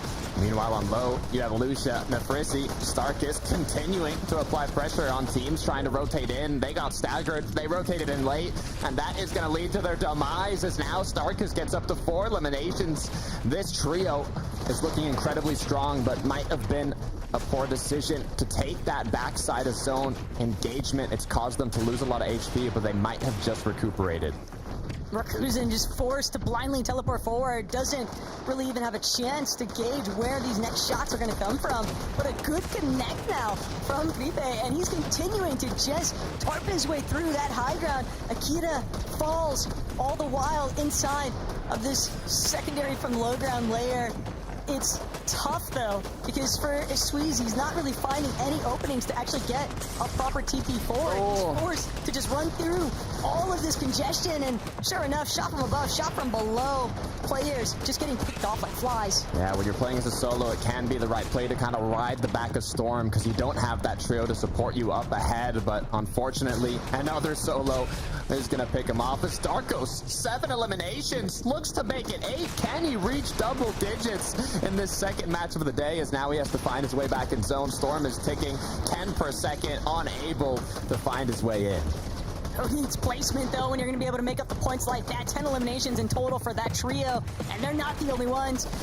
Damus also from the low ground, but clashing head-on with Nafeezy's team, who just continues to control that front side low. Clement on the backside, gonna get spotted out, though. Demus's trio with another elimination to their name. Floki as well, falling inside of this chaotic mixture. But Gripe, from all the way in the skies, we saw them take that position in the 8 zone. They've actually done an excellent job of defending it so far. Titans of the Skies are not done yet. They are building in wood, though, so most likely they're running low on those hard materials. Lucha, Frizzy looking to take down low ground, but another trio have the same idea at the same time, and now it's caused commotion as Starkus is left alone, but he hits that quick pump shot, bumps himself up to 6 eliminations, and now another 1 versus 1 is right ahead of him, knocks on the door, opens up.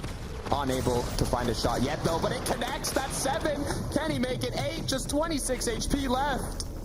The problem for Rakuzen is he doesn't even get a chance to celebrate that elimination onto the medallion player. Demus as well as a solo operation at this stage, but he's dealing with 3 in Nams, Gripe, and Rizoi, and the final blow comes through. Gripe's team is going to be in our Major 1 finals. Once again showing that height dominance, that win condition. If you're able to get up above in the clouds, if you have enough materials, all you got to do is keep applying that pressure and close it out by the books, and that is exactly what they ended up doing. And considering that they were kind of flirting with disaster for a second there, Takada, but regardless of whether it was, you know, as pretty as you would hope for or a little bit ugly towards the end of it, what matters is the fact that they maintained that height position. They made sure to spray down. Nobody from secondary height or the low ground could look to overtake, especially not in those low ground layers. We saw so many players that were just left in shambles by then. Yeah, that's the issue. You kind of fall down the ladder right as you're getting closer to that low ground. You run out of materials, you run out of shields, you keep falling down and down until you have that fully stacked trio on the high ground ready to close it out. So much action went on. We have to go to the desk to break that down. Thank you guys so much, and big congratulations to Rizoi, Gripe, and Noms getting themselves a spot in the Major 1 finals. And as you saw by their loadout, it cost them everything, right? To just hold that high ground, to take it when they did, to take the steps they needed, to just every little thing they were doing was just trying to drag out that high, right? Just to make sure, can we hold it all the way to the very, very end? And they did. I mean, yeah, we didn't see as many height exchanges as maybe people would have been expecting without Queasy in the lobby, right? These guys held it really well, though, Minnie, right? I think anyone who would have looked up would have had a tough time finding sort of any sort of opening to really sneak it off of them. You could see they were just relentlessly applying that pressure. There were so many sort of like fragmented teams beneath, right? A bunch of duos, solos running about. It just made it so difficult for anyone to really get a leg up. And so even though they sort of ran out of mats towards the end, they're still the trio in the perfect position to close out the game. Yeah, and you can see them in the perfect position up there on height. They just had a view on the whole lobby. They could even spray down. We saw it there in that highlight package. Those shotguns, they deal so much structured damage. And I think when you're that close to the players down below, you can just apply so much pressure because you're going to have so many shotgun shells left at that stage of the game. And it's going to cause all the teams down below to just go into a frenzy. And that's ultimately what won them the game. They played out their mats really well. It wasn't quite as easy, I suppose, as maybe Queasy's first game, but it was certainly a very nice win from the team there. Yeah, it's a little bit different, right? And more of what we kind of expect out of Fortnite. But for right now, we are going to go to a break. When we return, we'll break down that and more of what we saw in game number 2. So we'll see you right after this.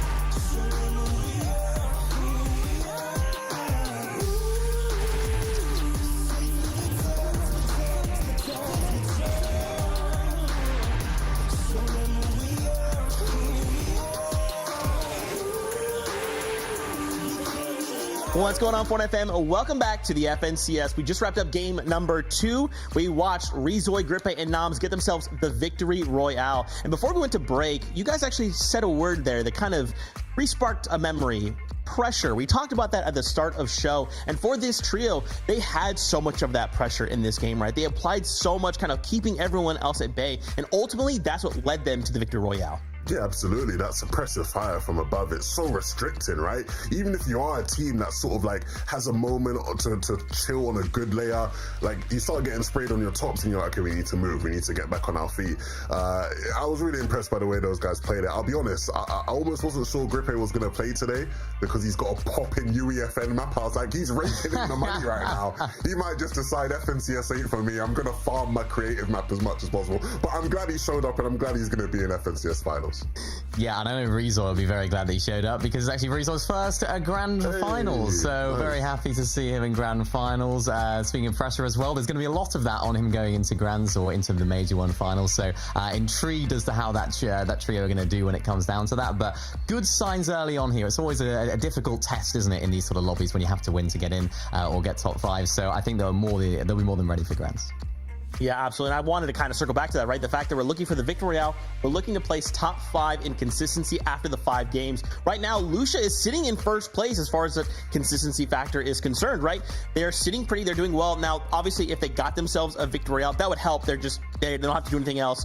Just start focusing in on Major 1 finals. But when we start to look at these points, look how far ahead of everyone else they are.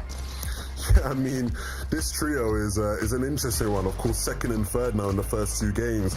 And it's funny because Nefrizzi has a lot of experience in these reboot round style games. He's actually played the second most of these style of games without winning in the world, right? Yeah. So he has loads of experience. Based off of that stat, you'd probably say they're not going to win a game today, right? I don't think, a lot of people would be expecting to see them win. But with how well they're playing, if they keep getting into those top 3 situations, you'd think it would finally come to them. I mean, Rakuzan in this game just went ballistic, Mini.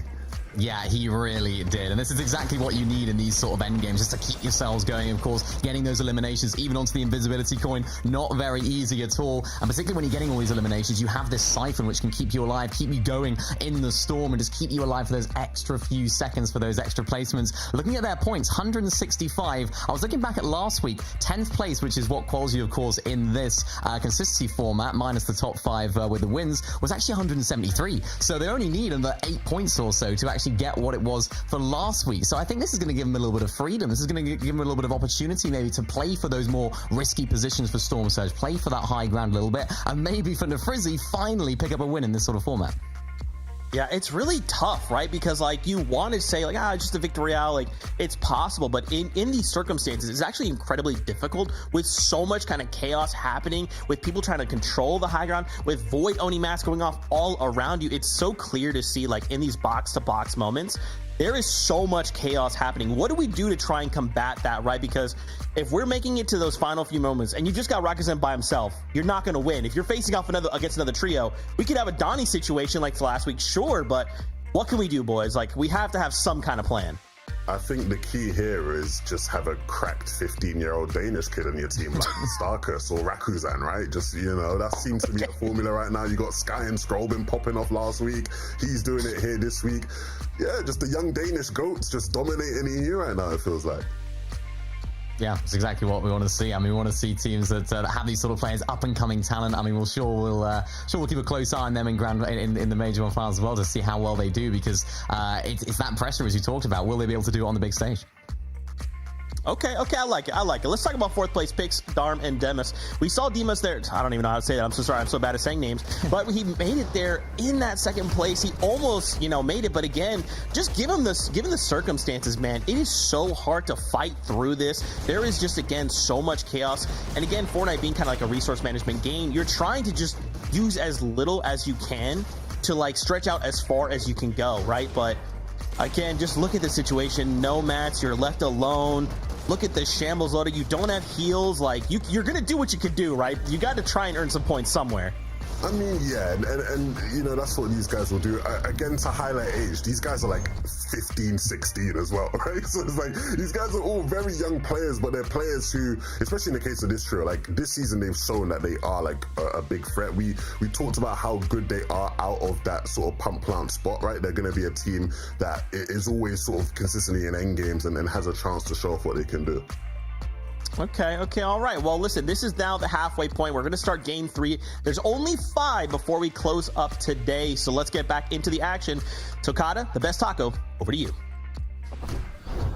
Thank you so much, Zeke. It's all about, you know, how you set yourself up for these remaining matches. Like Zeke said, halfway through. So you got to look at the leaderboard. You got to think to yourself, okay, do I have 1 point? Am I Nefrizzi right now on the top of the leaderboard? Because based on that, you can kind of make decisions on how aggressive you're going to play for that VR, how kind of more safe and secure you're going to play in terms of consistency. We got a new drop spot opening on the map. I mean, Grippe is now, I believe he was at Flooded Frogs before, and there was a team contesting him, so now that team is going to be uncontested. A lot of opportunities being opened up. Also, on the other end of that spectrum, Scotty, you have to consider the teams that haven't necessarily gotten off to a great start. They need a big game, and they need it now in Lobby 3.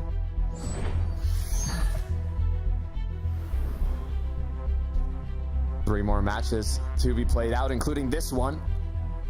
And it's not like the previous season groups, or what used to be called semifinals, where if you didn't make it in one of your first groups, you drop down to the next one. This is basically the last opportunity for these trios to qualify to the major finals. They do have that last chance where Division 1, 2, 3 can compete, but it's only 3 trios that make it through last chance. So this is really where you want to make it happen and where you want to qualify to the major finals.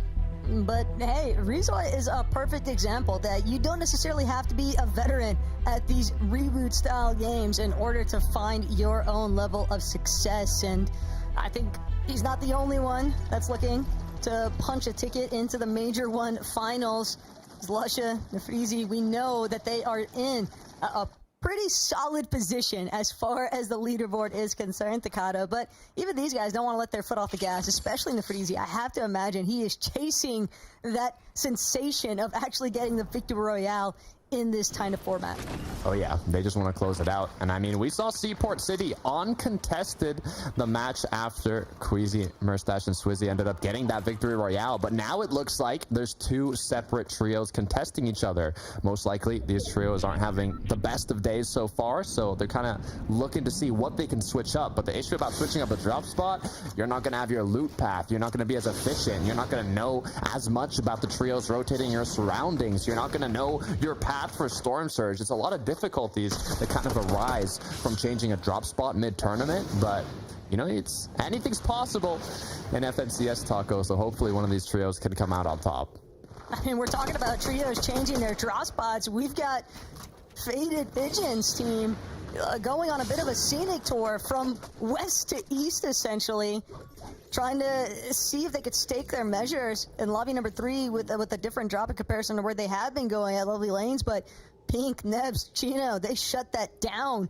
Demon's Dojo belongs to them, and they are not willing to forfeiture that anytime soon. They are not letting that one slide, as we look at Eku here alongside 82 and Repairs, or T78 IGL in game, as they are at Flooded Frogs, looking to see if they can just kind of loot up and continue with their game plan. Not too much, you know, pressure in their surroundings, especially now that Noms, Rizoi, and Rippy has qualified. Even if you qualify, though, from a position, there is no real guarantees that we might see that same level of commitment from some of these teams once we actually make it to that Major 1 finals. Because as the desk has already pointed out, there are teams competing even in this group today that are potentially looking to just compete to be contested at their natural drop spot as far as that Major 1 finals is concerned. And with that lingering kind of in the back of your mind, you obviously want to get the most optimal practice in. You obviously want to qual regardless, but it's clearly going to be a long, fought-out process, and fighting is something that Demus' team has excelled at today. Over at Night Shift, looks like they want to close this one out quickly, as Darm has already found an elimination. putting his team now in a position where they do have the upper hand. The Moose picks, looking for separate angles, trying to just find where these players are hiding an opening. It is mostly wood builds here, so if they do want to look for a triple shotgun, might be a viable option. The issue is they're on low ground and the duo's up above, so I'm not sure what their game plan is going to be here. Elise going to drop for a moment just to pick up some of that leftover material from his teammate, but pick the battle. He might not be able to close out here. In fact, it's going to be Darm that's actually going to ensure that this goes in their favor. Elise put down immediately. No chance of escaping here. And that's a clean trio finish that this team desperately needed, because already another team rolling up on Darm's position. Yeah, that's the issue in trios. When you hear those shots go off, it's kind of openings for other trios to say, hey, I want to join the party. You know, where's my invite? As we take a look at Clement, Floki, and Slogzate heading over towards the Floated Frogs. I wonder if this is due to them knowing now it's most likely just going to be a solo trio around here, and might open an option for kind of like a soft engagement, not a full commit for eliminations, but more one where they just kind of look for tags and damage. Like the intent here, though, from Floki's team. Obviously, you want to get your pickings while they're good, and with this kind of, you know, late scrolling to where Flooded Frogs is actually taking place for a battle, they're going to be able to take out some of these players that are trying to teleport away. Eku gonna lose about half his shield in the process here. Split as well from the rest of his team, and that could be the real issue that he encounters currently. Clement also going to make sure to build up above on top of these rooftops here at Flooded Frogs. Just really good leverage against these two other teams. That's just kind of a cutoff. It's preventing anybody from actually escaping Flooded Frogs. Yeah, it's a great opening for tags, but also it's going to cause his opponents to kind of use mats if they do want to escape, like you said. So we'll see if they just continue with this kind of soft engagement, taking shots when they see openings, but not really going for like a pre-edit or triple spray type of play, more just kind of playing it a bit slower here. But this skirmish might also change the direction of the narrative that we've been seeing kind of unfold between Clement's trio and Pink's. You also have to remember that Pink's team, lobbies 1 and 2, kept running in and kind of being forced to pause because these teams were exchanging, you know, their own elims, trying to get Surge on each other. I'd expect that that's because Pink's team, uncontested, typically at Demon's Dojo, they've been having to find their Surge elsewhere.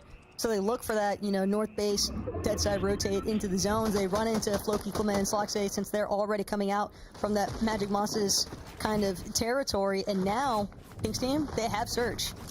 Floki's team, they're looking at two different teams entirely.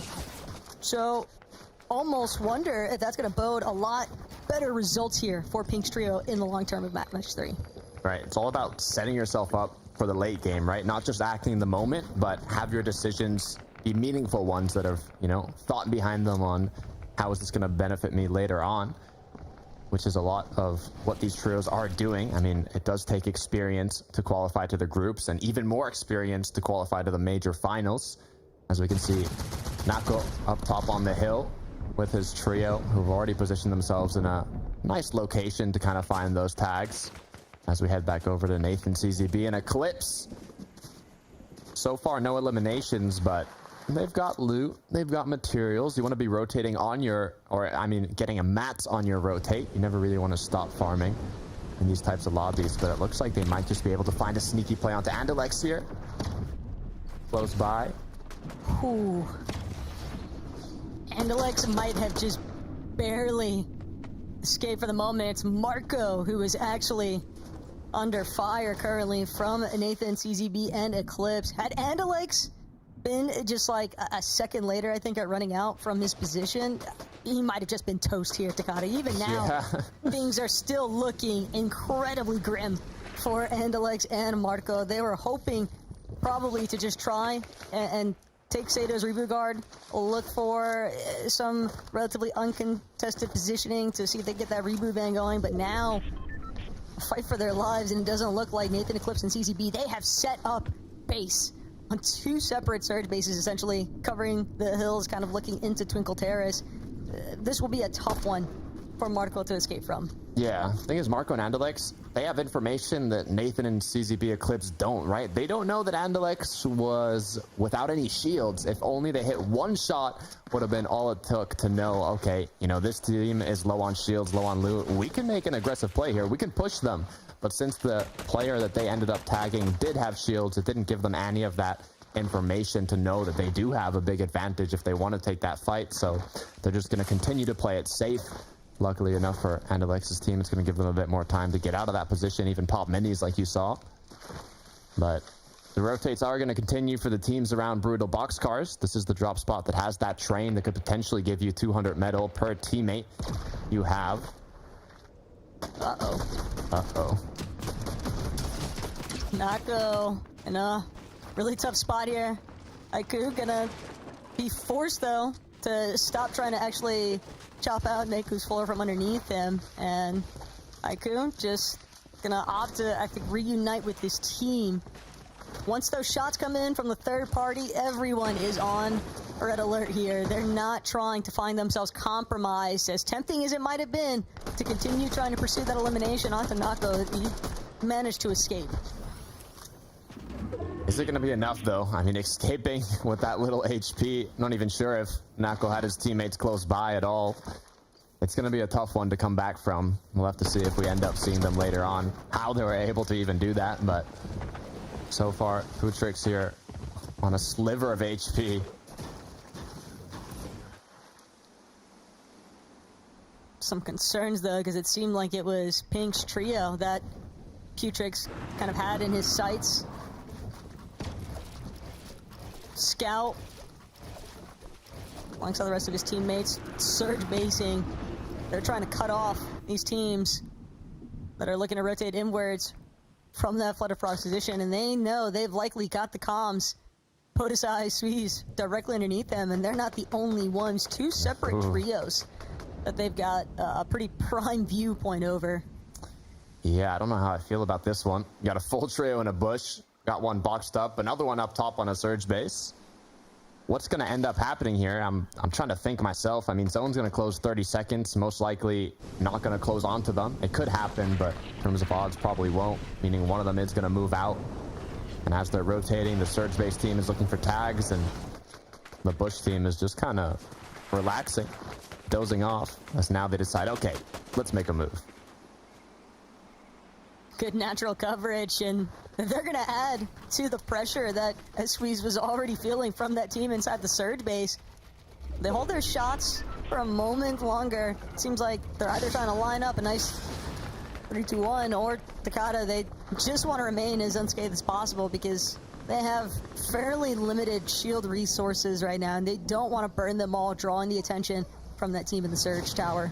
Yeah, good news about rotating behind a team is you can reuse their builds. Bad news is if they turn around and try and hold you when they're in the zone and you're not, it's going to cause you to lose those builds probably. As we now reach 4th zone, Rift Island, Shogun's Arena is going to appear. As it looks like it's going to be Skrill, Hellfire, and Scrap. They're going to be the trio closest to it, kind of claiming that initial position. In the last game, we didn't see it used that much in the final moving zones. It pulled further away, but if it ends up closing close to the Rift Island, we could kind of see a similar match to what Queasy, Swizzy, and Murstache ended up doing. Hellfire might need a few more builds, though, before trying to take that Queasy approach. 50 material is definitely, you know, it's not impossible to fight with, but it's definitely an indicator that they have had some struggles with some of their rotates in terms of having to probably burn more material than they would have liked to. And they're just going to have to wait for the teleport as the Shogun falls off. Slipped off the arena. There was a tactical pause for Shogun here. If the, now just like cherry on top would be if they eliminate him on the edge and his medallion fell off the island. But good enough news is that it's not going to happen. Let's see how much damage this trio. Below. Yeah, that's. I mean, they did have 0 eliminations, so could be part of the reason, as we've got the M8 Gentle Mates trio here. Big fan favorite going into today. If you're rooting for this team, let us know. As now they have to find something, as they're 144 below. They're gonna need a few tags, but X-Swedes is gonna be the one getting cracked. Has the chug splashes, but almost not enough time to use it as Podesai's gone down. Now left as a duo. This is not a fan favorite position, that's for sure. As far as M8 is concerned, they're just trying to do what they can, keep their heads above water, but the third party already rolling through. Fakey, this trio just raining havoc from the backside of the builds, and Split Karma, they know they might have just lost the loot that they were essentially trying to gather off of these refreshes, and Fakey seems like he's no interest left. They got exactly what they were after. A little bit of damage from a team they could tell was desperate for a fight, and now they're just willing to bail and reposition for elsewhere. Yeah, I mean, they're good to go. Fifth zone is going to appear here shortly. Next one is going to be that half in, half out. As now 83 players are up. It's going to have to go down to 74 players in this fifth zone if they want Storm Surge to no longer be active. So the trios that already have enough damage can kind of focus on other things, whether it be fishing for shield fish, focusing more on their rotations, if they have enough damage, even just playing full dead side. But on the contrary, the ones that need that damage now are forced into more risky situations to kind of push trios that might just play fully defensive.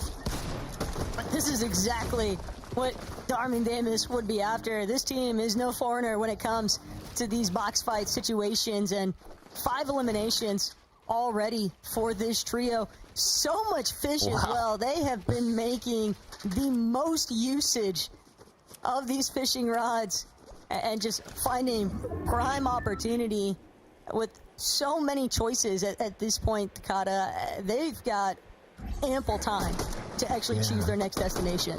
You know what I haven't been, I want to see more in this groups is kind of the recontest for high ground. Obviously, easier said than done, but if you've got the water sprite, if you've got shield fish, you can kind of make that tanking zone play into triple Oni mask backside of zone onto high ground. Like, there's plays you can make. We've seen Queasy do it before to aggressively take that high ground.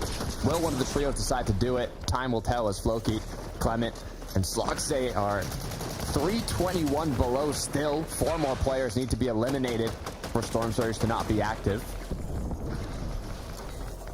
Sloxay is trying to get it out the mud right now. They have such limited opportunity here to actually try and tackle this fight up against Aitsu's trio.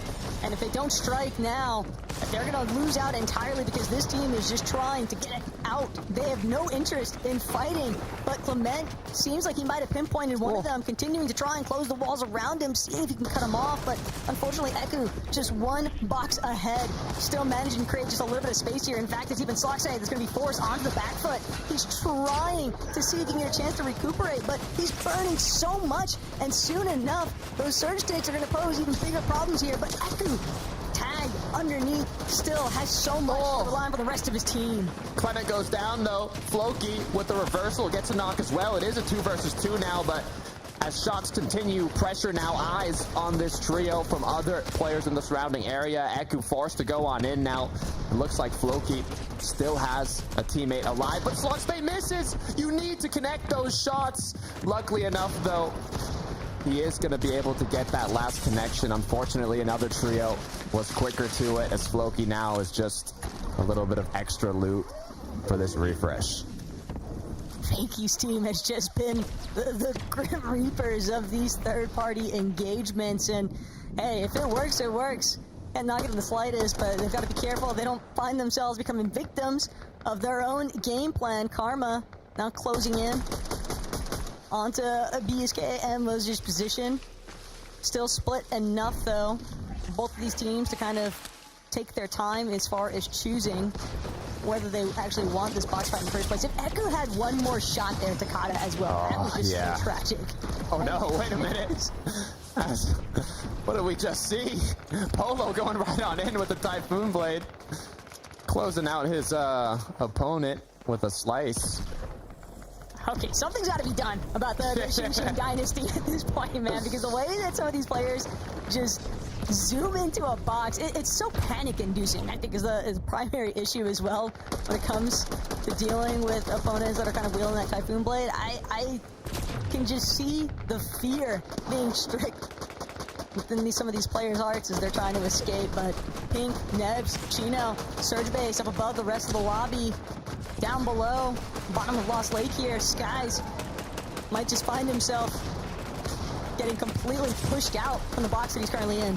Yeah, we've talked about this 7 zone before. It's the most dangerous one in terms of Storm Surge, where 40 players have to be left to not take any more. Majority of teams are going to be fighting to try and get that damage now, as Skies being a solo makes it that much harder.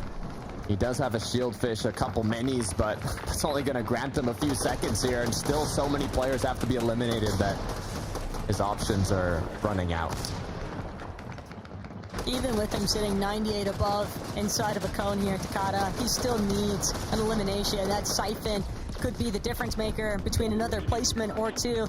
But if he can also remain hidden, that could also make up for the difference there. Polo giving us a review here, essentially, of what actually happened to Darkos in that moment.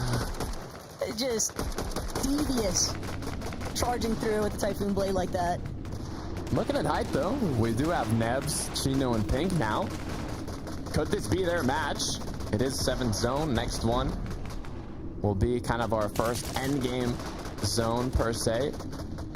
As if they're able to position themselves well enough, they should be the first trio to kind of get there. You can see they already have their Oni masks pre-placed just in case they end up getting chopped down for safety. So got that kind of plan B ready. But so far, they have the best position in this lobby. And in comparison to what we've seen a lot of these other teams working with, Skies trying to take advantage of an opportunity there, but as a solo, just finds himself eliminated instead. Chap, Janice, Noah Riley, though, they're another one of our trios that's kind of caught inside of these lower layers. And if Pink, Nebs, and Cheetah are doing their job, like I'm sure they are, it's going to be a very tough rotation because they have so much ability to just see where these Void Oni masks are actually leading to and just continue to apply pressure, continue to tag some of these teams. Chap going to recognize the fact that the high ground team now trying to rotate. This could be their opportunity to move, but they need damage first. They're going to have to take a second longer here. They can't afford to rotate while they're getting tagged by the Surge. That's the issue. Ideally, you want to be ahead of zone, but when you're low on Surge, you need to open up more options to find those tags, and one of the ways to do so is just wait for all these trios to start rotating in and look for shots onto them. But now the difficult part is getting yourself into zone without landing on another trio and also kind of being able to stay ahead of it. But it looks like they're going to go for a triple Oni. Will it pay off? Looks like it will. Pink, Nebs, and Chino, Nathan, CZB, and Eclipse. Those are our two teams that are really looking to try and commandeer height at this stage. Naku, Hardcore, though, they're also not trying to let this one slip through their fingers by any means. Just doing what they can to create space here on the ultimate low ground. Tarping as best they can, but those materials running so incredibly thin so early on. Yeah, it's the difficult part. It's really hard to take height if you don't have the materials to sustain it. But for Nathan, CZB, and Eclipse, if their zone pulls back to them, this could be huge for them. As even finding a knock onto Scrapped, now you got to be aware where this zone pulls. Do you want to be the first to act? But in the meantime, we got Nako, Hire, Harko looking to see if they can find an engagement, but they realize they're far side of zone. There's only 8 seconds left till it starts closing. If they take any fight now, it's just going to cause them to stagger. So making the right choice to rotate on ahead and continue forwards. They're going to be on the low ground to the team on height. That's Nathan and CZB's trio. And when you're playing from that bottom side, Takada, it does leave you relatively exposed to just running through already limited material counts. Nathan continuing to try and crank up for Strokey with a failed height take attempt here. Immediately going to get shut down. Nathan happy to collect that siphon material here. And not only that, but he's going to continue just creating this monumental base out of hard materials. Nobody else has a chance to even look up just yet. Oh yeah, might have been a misplaced Oni mask from Festroki that caused him to get picked off, but now it's all about Nathan, CZB, and Eclipse holding on, applying that pressure to any trio that looks like they might want to overthrow them. In the meantime, though, we do have trios also deciding, I don't even want to go for height. I just want to play consistent on the low ground, but with the pressure being applied from above, it's just making it that much more difficult. Now O'Reilly, though, kind of vulturing through the low ground. They've lost Chap along the way, but still doing a relatively strong job at just playing to their strengths as a duo. Only one avoid owning charge left here, though. And Batman, with that Invis medallion, trying to escape. 1 HP is all that he has left. I fear the worst is soon to come here, though, Takada. No shields, no heals, just an invisibility medallion and a dream. Batman needs to find Siphon, needs to find anything he can to recuperate a bit of this HP. The good news is he's staying sprinting. He cannot stop sprinting. He needs to make use of this invisibility. He does exactly that, finds a knock. Now it's going to get a bit of Siphon, refresh on materials. Can he find one more? No, he has to reload. As now repositioned, playing the backside of the zone. Generally, you don't want to do this, but when you're a solo, it's just the right play.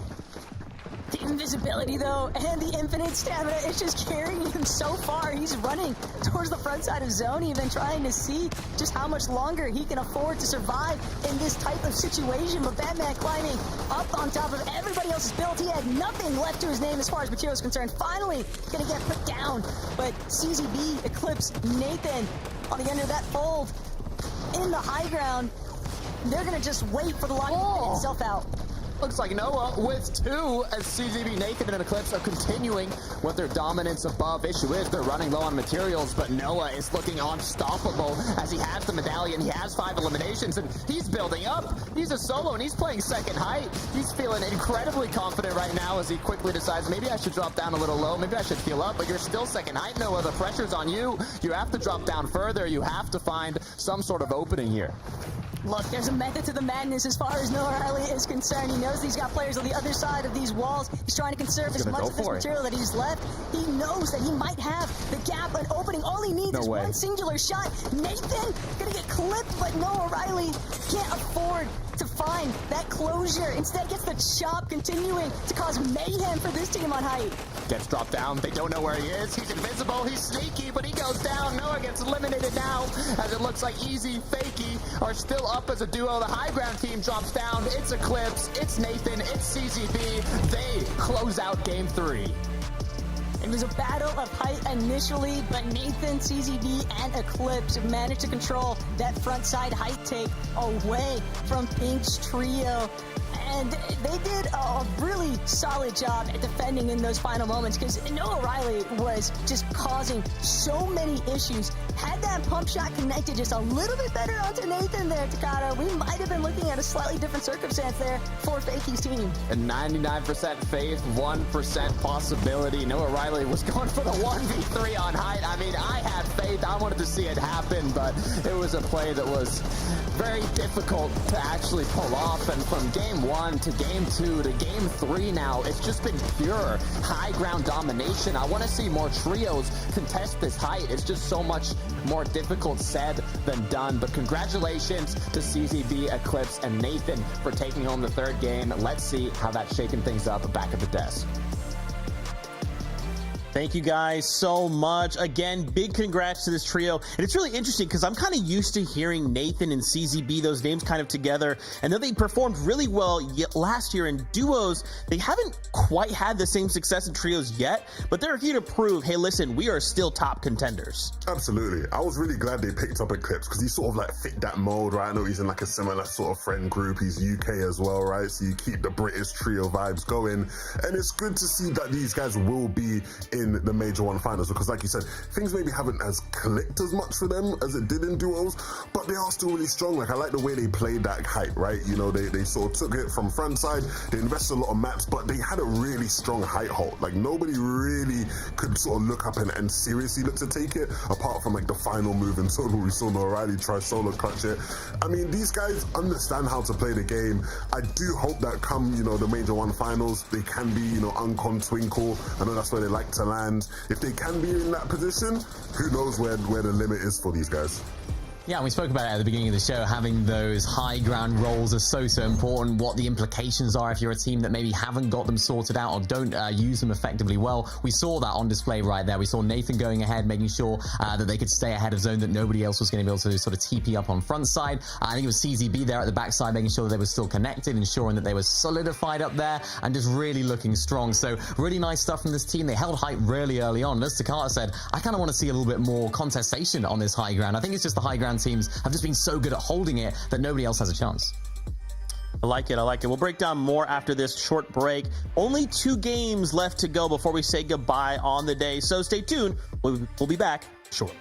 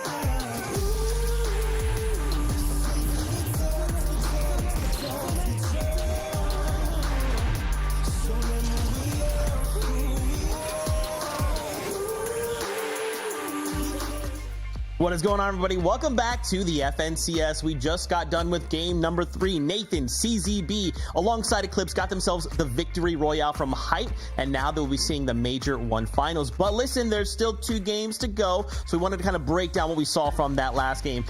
You know, guys, Lucia, Nefrizzi, and Rakuzan, I wanted to kind of start with them.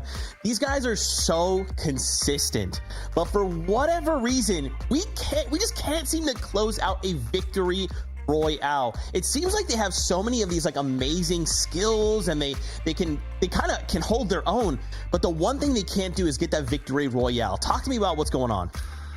It's weird, right? Because, like you say, they keep getting so close. You know, they're the kind of team where, like, again, they have a good game plan that's going to get you to end games, right? And then they have the firepower, the star power to sort of get themselves out of tricky situations and push them deeper in games, right? It's the reason why we've seen clutches from them, moments where as a duo, they'll, you know, push really far. The thing is, though, Minnie, I don't think they'll be too worried. You know, I just sort of checked Rakuzan or Starkus' Twitter, and he essentially just tweeted like, yeah, we're basically qualified with the points we're on now, right? We can sort of just chill for the next 2 games. What it now means though, right, if they're in I don't know mathematically if they are 100% qualified, but if they're in such a comfortable position, the rest of the lobby will desperately hope that they can win a game, right? I know they've come close, but if they do win a game, then obviously it means that they would be gone from one of those, you know, consistency spots and give another person a chance further down the leaderboard. So I know the rest of the lobby will be hoping they can figure it out, Zeke. Okay.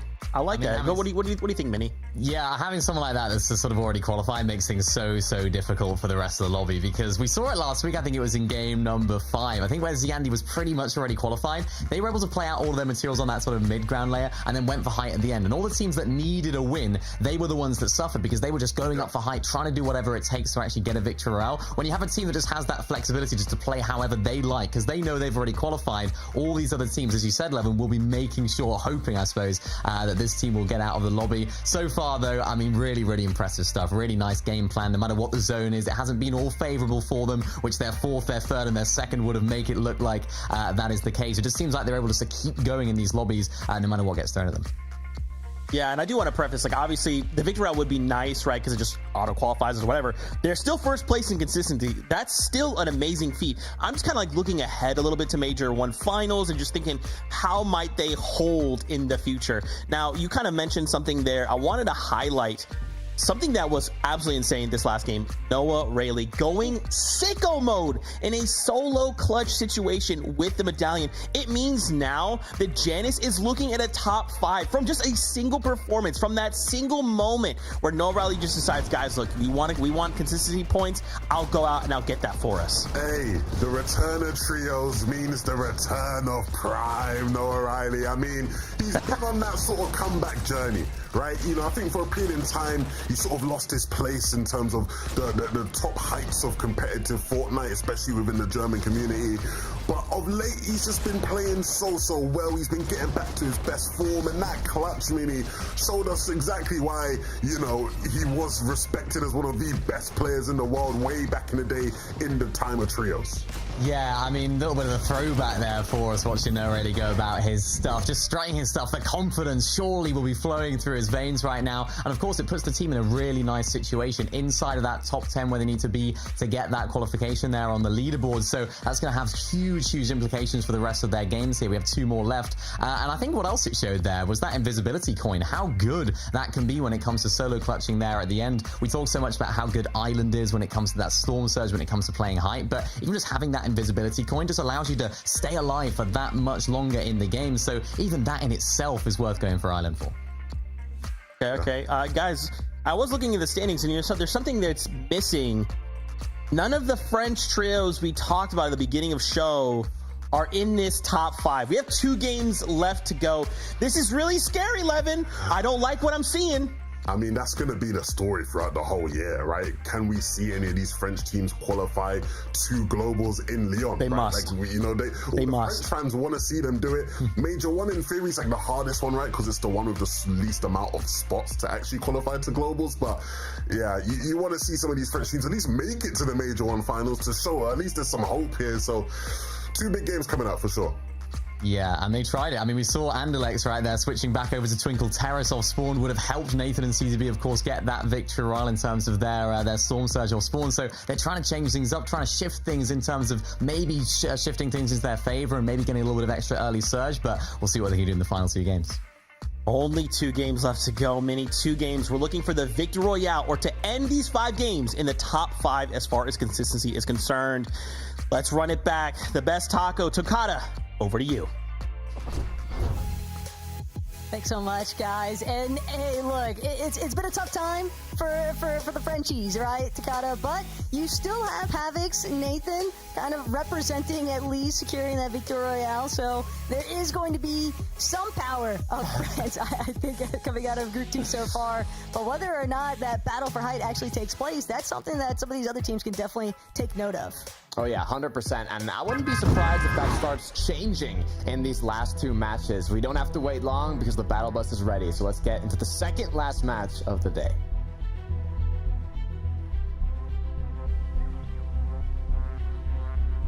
lobby number 4, game 4, Takata, and it's not now or never, because obviously these teams still have one more game left to work with.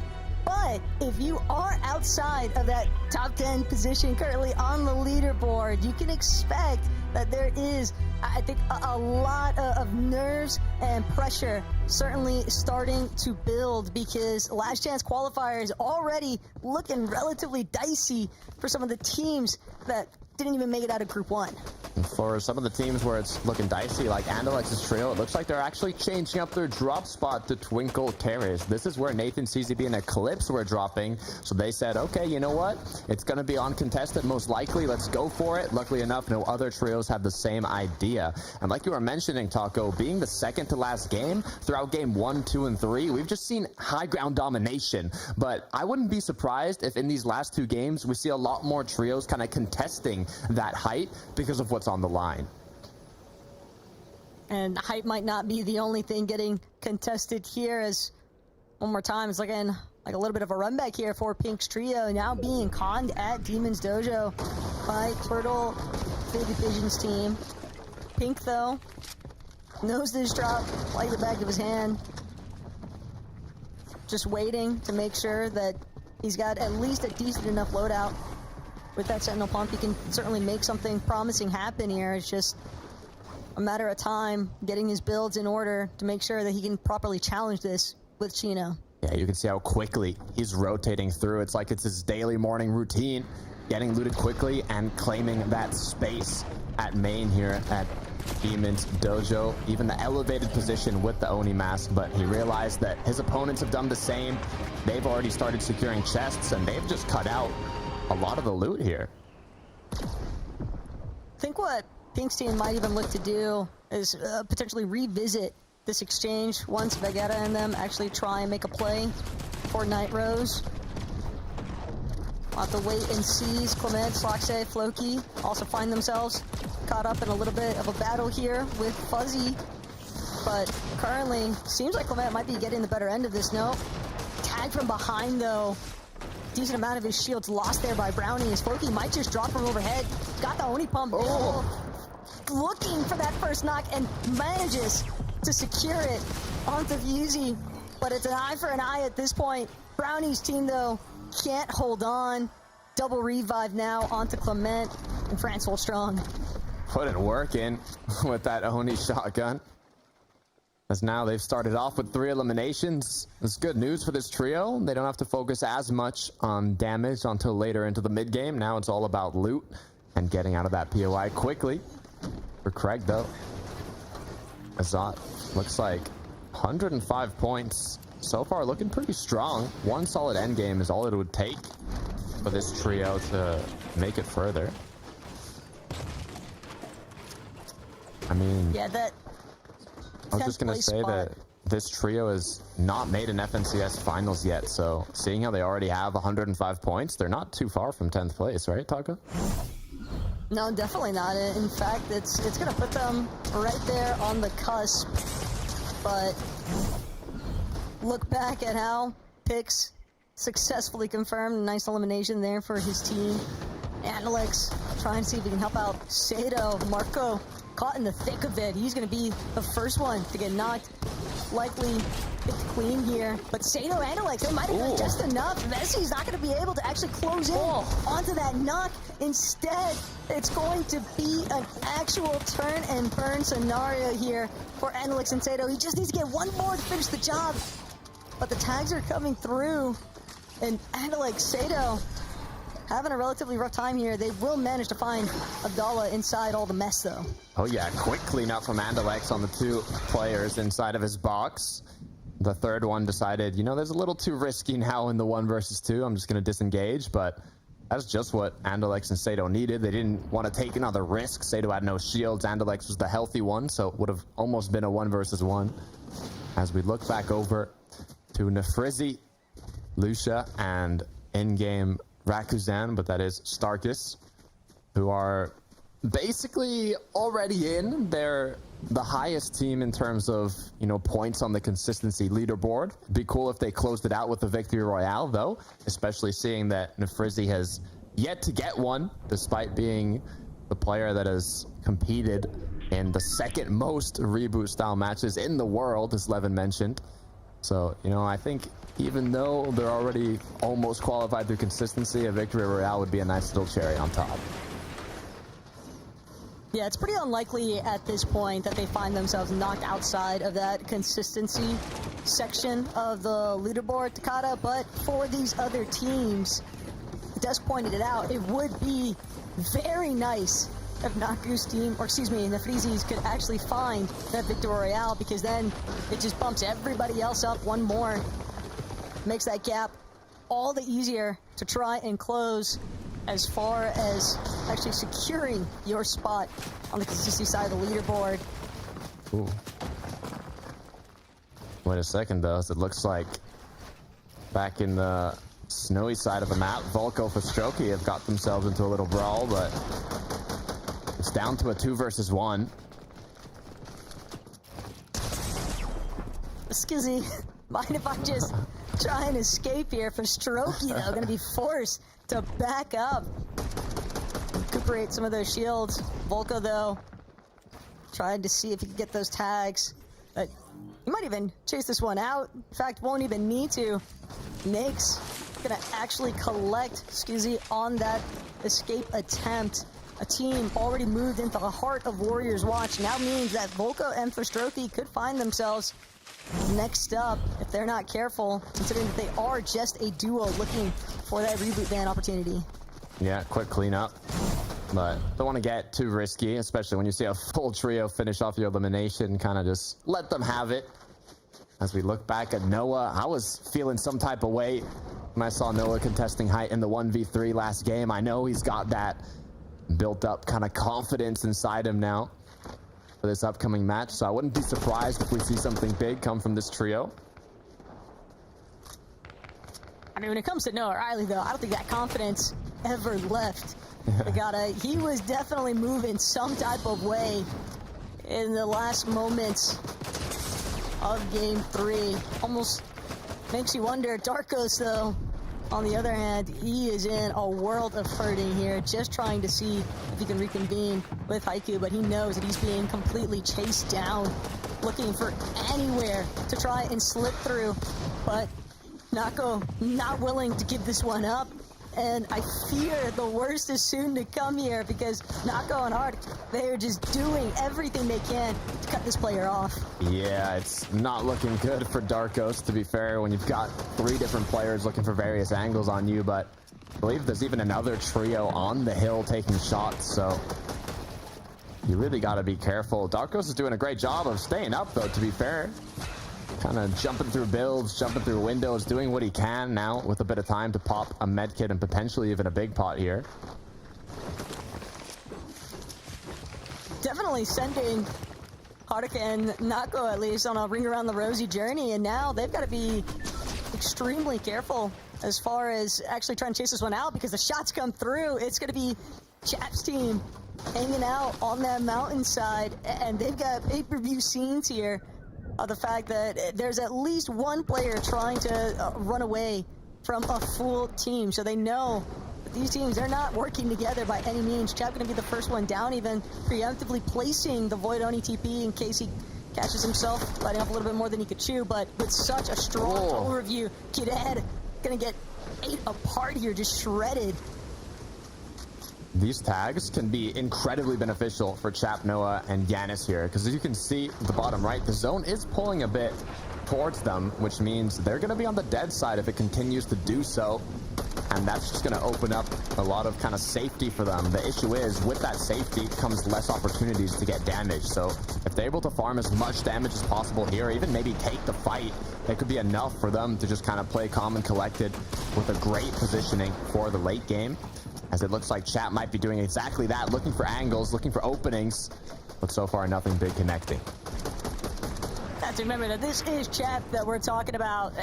Guy is like the prime when it comes to fighters on the region. Noah Riley also backing him up, just creating so much space, making sure that Nako and Haruka, they're going to have a really difficult time looking for the disengage here, but Yanis might have found himself in a spot of trouble. forced down from his perch.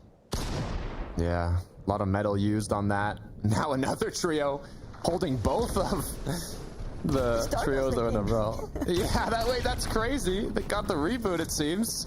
Came back for a bit of revenge. As now Chap, Yanis, and Noah are going to say, okay, this is taking a bit too long. We're going to continue rotating now. We used a bit of mats for this brawl, so we're just going to recuperate that, continue making our way towards zone. But I guess the issue for Darkos and his trio coming from the reboots is now, how are they going to get enough loot? How are they going to get enough mats? Refresh would be ideal, but hopefully they can figure it out. Ooh. Wow.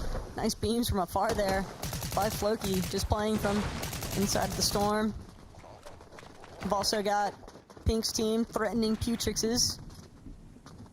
A little bit more mid-map positions for both of these trios involved, and seems the intent from Pink's team at least is rotate a slightly separate direction. They got their tags.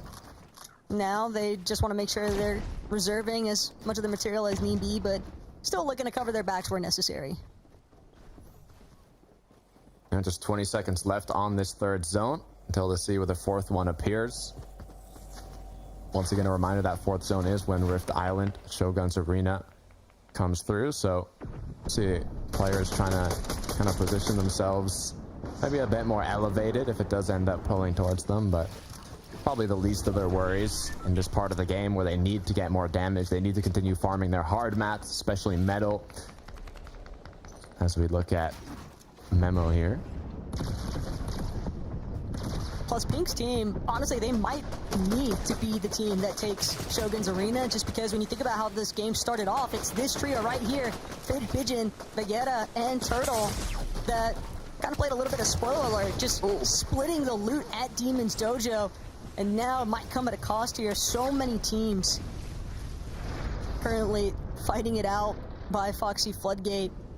They're kind of revisiting that point. It's that Pink's team, they need the resources potentially that's provided by Shogun's Arena, but it's going to be two separate trios that have the same mentality here. Skrill and Hellfire, though, not looking too good. Nefrizi getting the better end of these third-party exchanges onto Strath as well. Yeah, I mean, Nefrizi, Lucia, and Starkus kind of have the freedom of being number one on the consistency leaderboard to play that much more aggressive, that much more confident. But it could lead to their demise. They take down one, but Starkus goes down as well, turning it into a 2 versus 2. Shogun Boss now joining the party, as it looks like another elimination is going to come through for Nefrizi, and they're going to close out the whole trio. While it might be a brief celebration, Marino going to quickly ruin the fun. Instead, though, he gets absolutely shut down, jumping straight into Nefrizi's box. Thinking this is an injured trio. Instead, it's the other end of the pump. Nefrizi, one more time, continuing to fight back, just refusing to roll over and let himself get eliminated by this fresh team that tried to roll up onto the island. Quickly gonna decide though, too much chaos with Shogun over there just exploding through your builds. Not a place you want to take a fight at, especially having lost Starkus in the Russell. So now they're gonna go back and see what they can do about that, as Dre is gonna be able to secure Shogun's Arena. Well, considering that they lost Marino, it could be very difficult for this team to actually maintain this positioning on top of Shogun's Arena. Surely Nefrizi is going to look for their hit back against the likes of this duo Leftovers, but until that takes place, Alak and Dre, they'll at least enjoy having some control with that Shogun Medallion early on. Yeah, I mean, they're kind of playing all or nothing. 30 points on the board. A victory royale is really what they want here. But it's not going to be so easy in the fourth match. There's a lot of trios that want that VR. On the other hand, though, you said, we talked about Pink earlier. I mean, they're in 10th place. They are right on the borderline of qualifying through consistency, which is why they took the safer route in that early game engagement. They can't take any risks. They're just trying to secure as many points as possible, and that's just the position that Nako, Harko, and Kide is also in. They do have that fishing rod to try and secure those extra little shield fish right before the end game. Oh, wow. It's just crazy to think, though, that Haruka and Nako, they've pretty much been chased by O'Reilly, Janice, and Chap since they were both kind of towards that splitting pins position very south of the map. The fact that they are now currently both still rotated in the same area, just wonder how much of it has been these teams kind of evenly exchanging blows, which is why Haruko even forced to kind of look for that fishing opportunity, because they need to recuperate those resources somehow. Yeah, I mean, if you know that the other trio beside you is also fishing, it's kind of safe to assume that they'll be comfortable peeking you and taking a bit of that damage, as they can just be recuperated from the fish. So it's a good opportunity to get those tags. Andalex, Sado, and Marco, I believe over 300 damage on top of the surge threshold, so they're not in too much of a worry yet. It is 5th zone, so 74 players are gonna be what you need later on, as now the pressure is gonna continue. Just such a forced fight right now, though, for Faded's team. When you're sitting nearly 300 below that damage threshold, and you know that it's only a matter of seconds, essentially, before you're going to also have to deal with some of these surge ticks. Karma as well. This is a team that doesn't necessarily need the damage. Sure, it'd be nice just because they're about 200 above. Karma's got to be careful, though. The way that he's actually choosing to open up some of these walls, he's got to make sure that he's still maintaining control of these boxes, because Faded certainly looking to barrel right through.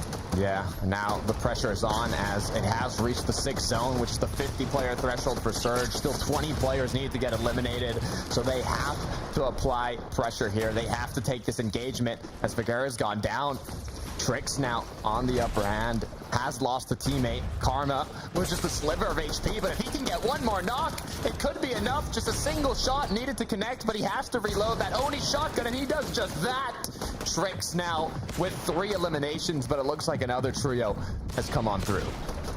Even with the Siphon being active, Tricks just forced to try and bail out. Regardless, it would not have been a very prime opportunity. He would have essentially been left as a solo in the first place. That revive dream getting shut down the moment that this new trio rolled in. And off in the distance, Alba trying to make history currently with her team. Potentially one of the, trying to be first woman to qual for a Major 1 finals here today. It's had a rough go so far, but Victor Royale, that's all it takes, Takata. Just one win and you are in. Exactly. That is all it takes. 1 VR, 1 match. You could have 0 points, Taco, going into the last match and still qualify if you're able to get that VR. We've seen how dominant High Ground has been, as we continue to move on to Fistroki here and Batman that are 116 above. Yeah, I mean, would definitely be a historic moment, though, for women across the EU scene if Alba could make herself first to qualify for Major 1 finals here on EU. But again, this is just so dire for some of these teams that are kind of caught in the more congested side of this zone. Fistroki lost his shield entirely. The lobby just taking notice of these teams that are slightly later in for these rotates. Yeah, you have to be careful, because if you look at the 7th zone at the bottom right, there is a chance that this 8th zone is going to pull towards the hill. So if you're planning where to kind of position yourself for the upcoming zones, you want to kind of put yourself in a place where it's easy to get on that elevation later on.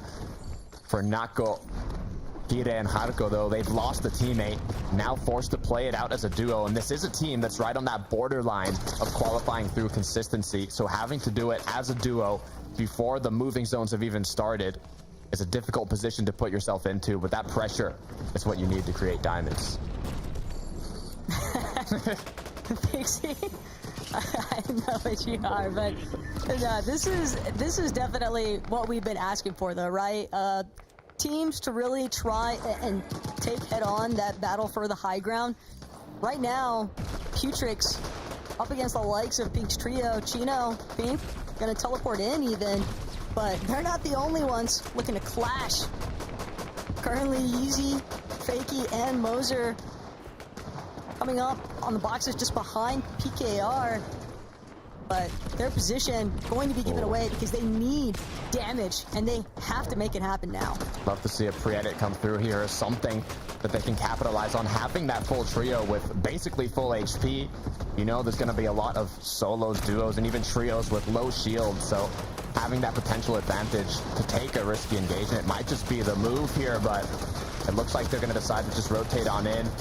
Maybe try and look behind them for some tags, but the pressure's on them now. They have to be careful. Don't want to fall down below. Don't want to get dropped to an imposing trio looking for that damage. Batman's team, they might have the intentions, though, to just chop out those floors from underneath. Fakey's not going to be able to get the job done here. Pink, Nebs, and Chino credited with that elimination. 3 in total, so doing an excellent job, though, at maintaining their surge. All things considered, when you have such a heavy disruptor for your early game, like what we saw from being contested unexpectedly, Takada, the fact that they're in this current position, all they really need to do is just break their way through to the high ground. Oh yeah, it's easier said than done, though, especially if you're in Festroki's position on the literal opposite side of the zone, having to do the furthest rotate possible in this 8th zone, as now it's starting to come to a close. These trios have 55 seconds now to plan their not only rotate to get into the zone, but the next rotate as well, and that's exactly what Pink, Nebs, and Chino are doing here on the mountain, is staying ahead, but Festroki's gonna find one. Sturkey finds one. Keep in mind, though, saw Clement teleporting into that surge base. Might have been pre-existently owned by them as well. Could be some real problems for Pink's trio. Giannis, Noah Riley is well in the distance. Cringe, Cold, Solo is just kind of stuck on the outskirts of where all this attraction is pulling in. But Clement, Sloxe, and Floki, having already set up this surge base in advance, they're going to find an optimal elimination onto Fakey and just continuing to try and spray down these secondary height layers. Is the perfect position, though. North side of zone, right on the mountain. If it ends up pulling back towards them, it's going to be the perfect pull to maintain height. And even if it pulls away, they have so much elevation that they can instantly use those Oni masks without as much of a risk of getting blocked off by other players. Unfortunately for the team on height, it is going to pull back down south, so there's no longer that intense elevation. And now for the trios that were a little bit more scuffed per se, not as much mats or heals or anything, are going to have a bit more time to breathe. This is looking very nice, though, for Noah Riley, Giannis, and Chap, as now the TPs to front side are going to come through from the team on high. Clement trying to do what he can to crank up, make sure that they still maintain it. Decent amount of materials as well, a lot of commitment to hard mats here at Takada. They clearly want this under their control. Be careful, though, as Chino now trying to get ahead, might even land on height. Unfortunately, he's just 2 HP and a dream as he continues to go backside of zone now. He knows it's the way to play it safe as a solo, especially with 0 materials, is now just looking for another solo that he can pick off, that refresh needed to stay up. But with only 2 HP, he doesn't have a choice. He has to crouch through these builds that weren't his, gets shut down almost immediately. Chap, Giannis, Noah Riley, on the other hand, kind of working their way through this secondary height layer. Ooh. They have so much space established. All of these boxes belonging to them, kind of looking up, down, everywhere around. Noah Riley catches Floki up on the high ground, goes for a brief chop attempt, but the way that the zone is full, they want to make sure they maintain their spot on that secondary height. They want to make sure they stay ahead of the pack. Issue on that is that the pressure from the high ground team is on second height, so although they have a great position, they know that the high ground team is aware of that, continuing to keep eyes on them. Festroki, though, left as a solo, is gonna take down Sado. Be careful, though, it's another full duo in that box, is gonna be able to make it out, though. Now Medkit gonna be popped, trying to survive just a little longer. Sturkey just taking full advantage of Sato having been distracted there, and he's not the only one. The low ground just becoming so chaotic here. But Noah Riley with the high take, they're going to teleport up to the high ground. Giannis, though, no, he gets taken out inside of these secondary height layers. Chap as well going to fall. It's exclusively Noah Riley, but we've seen this one before. Just last game, Takada, Noah Riley was making some craziness happen as a solo. It's the Noah Riley Show, Season 2. It came early, pre-release. Can he continue his run from last game? Forced to clutch it out again, as so many duos and trios are still up. The good news is full shield, full HP, even a spare water sprite to close it off. Look, teams tried to fight for height, but it's going to be Kifo's trio who actually prospers at the end of it all. Can they hold on to it, though, is the question. Sluxay now in the low ground layers. Catches Clement trying to just trail right behind him, staying as close to his teammate as possible, seeing if they can catch out another player. But Floki, the moment that he goes for the edit, just gets taken out. Gotta be careful. BKR now with 4 eliminations, trying to get back ahead of Zone. Was so far behind, needs to group up with his team, but he's got a trail of enemies following him as it's pure chaos on the low ground. Clement doing what he can to stay invisible, stay sprinting, finding that opening for that shotgun shot, but Kifo up above is going to be looking to close this one out. Medallion might just be the difference maker here, though, for Clement, causing so many issues. Adesito finally going to be able to take him down, and Takada with only one player left inside of the storm. Makia was attempting to go for the heal off. That was really the only option they had left at that point, but the battle for high ground fizzled out, and Adesito and them just took full advantage of it. If only you saw my face, Taco, licking my lips when I see another Spanish trio taking home a victory royale. Adesito, Kifo, Maravik are able to close this one out. They did it in Group 1. Now, once again, another team representing Spain has done it in Group 2. And once again, Taco, from the high ground, the good news is there was a bit more contestation this time around. Yeah, that high ground just left so many teams torched. They just had nothing left in the tank, it felt like. So for Adesito's team, they knew, calm, cool, collected. We've got so much more time than the rest of these guys. Even if they didn't necessarily have the hard material, it didn't necessarily matter because they knew just how messy those low ground layers actually became. And the work kind of did itself for this team. But, you know, advantage of the opportunity was the play here. Got to say congratulations to them, but also got to see what the desk has to say. What I have to say here is finally we see a battle for height. I thought it wasn't going to happen, Levin. I thought people were just going to walk away with high ground. It was going to be just another easy day in Fortnite. But finally, this trio said, you know what? We need to fight for this. If we want to secure a spot in the Major 1 finals, we will fight for it right here, right now. And they push out Noah Riley of all people and then go on to win the game. So well fought from them. No, absolutely. I mean, it only took us 4 games to see a build for it, but you know, we get there eventually. And I think it sort of makes sense, Minnie, when you look at the context of like the timing in the tournament, right? We're running out of games. Teams like this, who maybe are lower down in the leaderboards, you know, you have to start to make a push, right? So, you know, I think they were 30th going into that match. Like, that is crazy for them to get the win now because it was their only hope, it's their only option. For the team that they were fighting in Noah Riley's, right, those guys are a bit higher up in the leaderboard. It's why Noah Riley, there's no, you know, reason for him to just stay up there fighting for it. You might as well try clutch up more placement points. These guys had to get height to win the game and to make the finals. Yeah, they had 9 points going into this game, so this format perfectly described, perfectly shown exactly what it can do for teams that are lower down on the leaderboard. And for this team in particular, they took height at a really good time. As you said, it was Janice's team that were going up there at the same time. They just seemed to have a little bit more in the tank. They got those eliminations, and they had the materials to ride it out. First FNCS finals for all 3 of them as well, so big congratulations to all of them. That's right. You know they are on top of the world right now. They just have one thing left to do. Focus on the Major 1 finals. When we return after this short break, we'll set up for the last game of the day here in EU in heat number 2. One last chance for these duos to either punch their ticket in the consistency or get that victory royale to make Major 1 finals. We'll see you after this short break.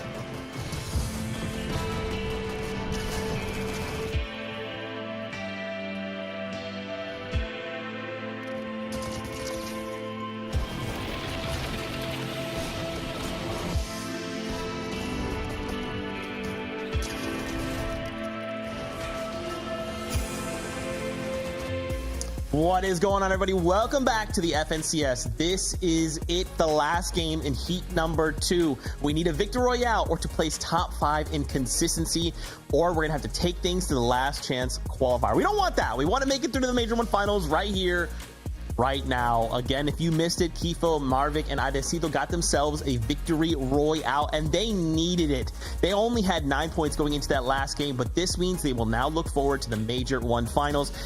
Gentlemen, there's a couple things we need to discuss because this battle for that top 5 in the consistency is extremely close. What we did see after the last game, though, Sloxe, Floki, and Clement, after that game, are now looking at a top 5. They're currently sitting here, but the job's not done, right? They still have a lot of work to do. Yeah, still plenty of work, but I mean, I think coming into this mini, right, a lot of people would have looked at their off-spawn situation, uncontested Magic Mosses. I mean, we looked at it and said it looks sort of favorable, right? So they're sort of where you expect them to be at this stage. The journey to get here, maybe not as smooth sailing as others would have expected, but they're in pole position now. They just need to hold on here in this last game.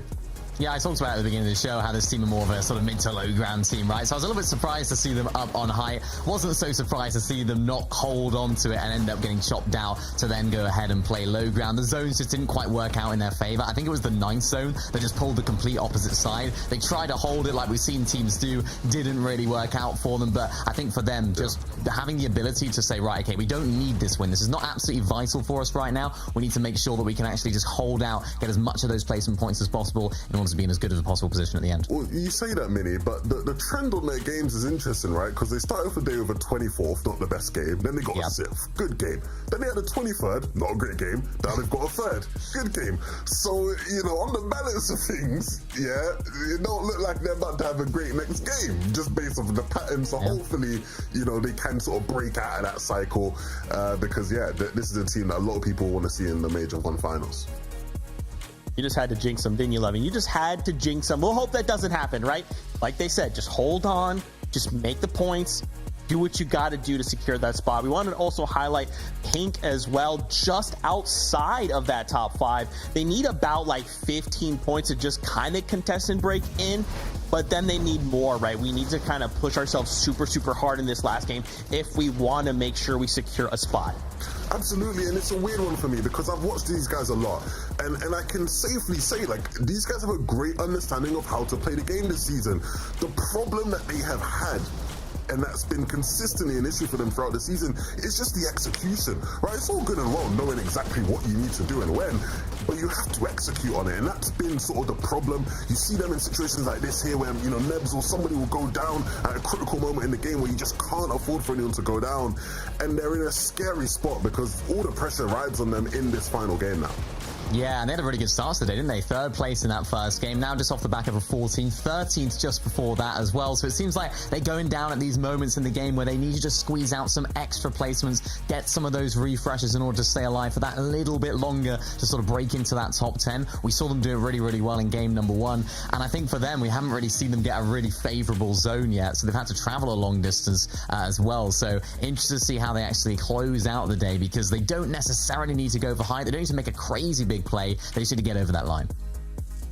Consistency will always win out. We also wanted to highlight 8th place here really quickly. Noah Riley, Janice, and Chap. I mean, we saw not that long ago Noah really kind of pull out this solo clutch to pull them into that top 10, which is really like a top 5 at the end of this. But again, similar situation, right, boys? We have to just hold on. If we go down too early, we're opening up now for everyone else to go, okay, they can be pushed out of that top 10. Yeah, it'd be really weird to not see these guys make it. I feel like coming into this group, they were a team that most people expected to do it. They've come close. It feels weird seeing them lose that fight on height, right? Like, you know, if you had told me that these guys were going to go up against Andesito's team in a high ground battle, you know, in 11th zone, I would have told you, yeah, I'm taking Chat, mate. You know, like that's the guy I'm betting on in every situation. But yeah, it doesn't quite pan out for them there. So hopefully we see, you know, them not allow that to ruin their momentum here in this last game. They have been good today, though. I mean, I'm looking at their placements: 20th, 7th, 3rd, and then a 5th right there. They have been really, really consistent. They've been really into those, getting into those sort of top 10 situations. So they just need to do that again for the final game. They just need to keep doing what they're doing. They haven't picked up so many eliminations. They haven't been so good at that fragging power that we know that some individuals in that trio do have. But they just need to keep doing what they're doing, keep making it to those end games, and they should be able to squeeze out enough points. Here we go, boys. Last ride of the day. Game number 5, the Victory Royale, or be top 5 in consistency after this. For the last time today, Tokata, the best taco, take it away. Thank you, Zeke. I'm feeling the pressure. You're getting me stressed out. Look, one thing that we've learned in these final matches, Taco, is anything is possible. The previous trio that just secured the Victory Royale was 3rd place. If you inverted the leaderboard, they were literally at the bottom half, and all it took was one Victory Royale to qualify. We've got teams on the borderline: Pink, Nako, Noah, all on the borderline of qualifying through consistency. It's go for the VR or go for consistency, and this is the last match to decide it all. Yeah, these teams are really, some of our fan favorites, definitely cutting it close at this stage. But it's the final lobby of the day. Game 5 underway.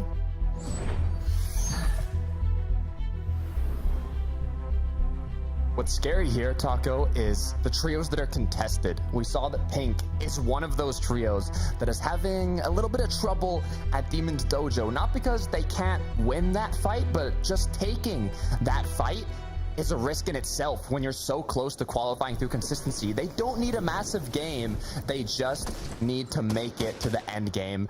And this early game fight is going to decide that. The Pink's trio finds their moment.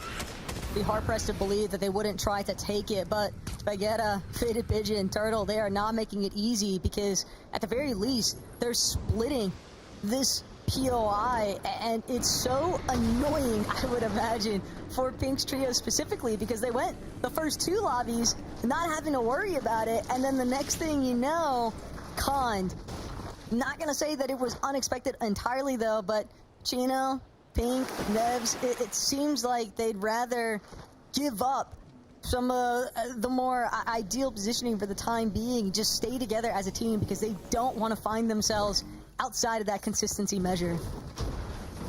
I'm feeling the pressure myself, Taco. Giannis, Chap, and Noah. Good news for them is they do have Masked Meadows uncontested, so they can focus purely on looting efficiently and playing for their mid game.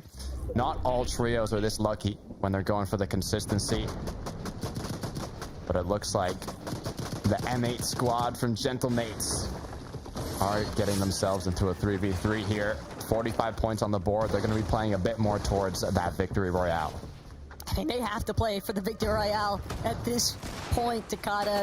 They're left with no other options, and for Pig, Storm, and Damus, they're a team that's basically already qualled off of the consistency points alone, so this fight leaning in their favor already, and that's not even counting the elimination that we just saw Darn get onto X-Squeeze.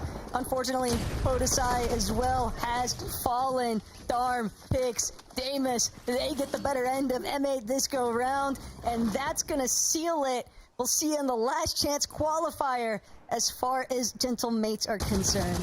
Still got last chance, still got major 2 and 3. There's opportunities for these trios still, but last chance, 3 trios will make it through. We'll see if they have what it takes for that. As we look back into Karma at Brutal Boxcars, this is a very difficult drop to play if you're contested.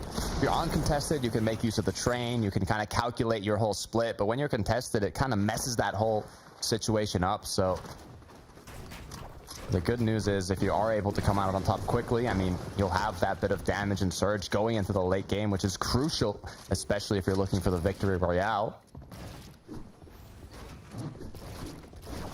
Karma, though, probably hoping that a third party doesn't roll up anytime soon. Not exactly the greatest fighting loadout of all time. You'll see them kind of trying to scurry away from that position there inside of Brutal Boxcars, head a little bit more towards those mountains, maybe play off of that elevation to get additional tags, at the very least just be able to scout out the perimeter and make sure that they're not getting challenged just so soon after winning their last exchange. Oof. They were potentially looking for a quick 3-2-1 there, but the opposing team did catch them. So no big connections are going to be made.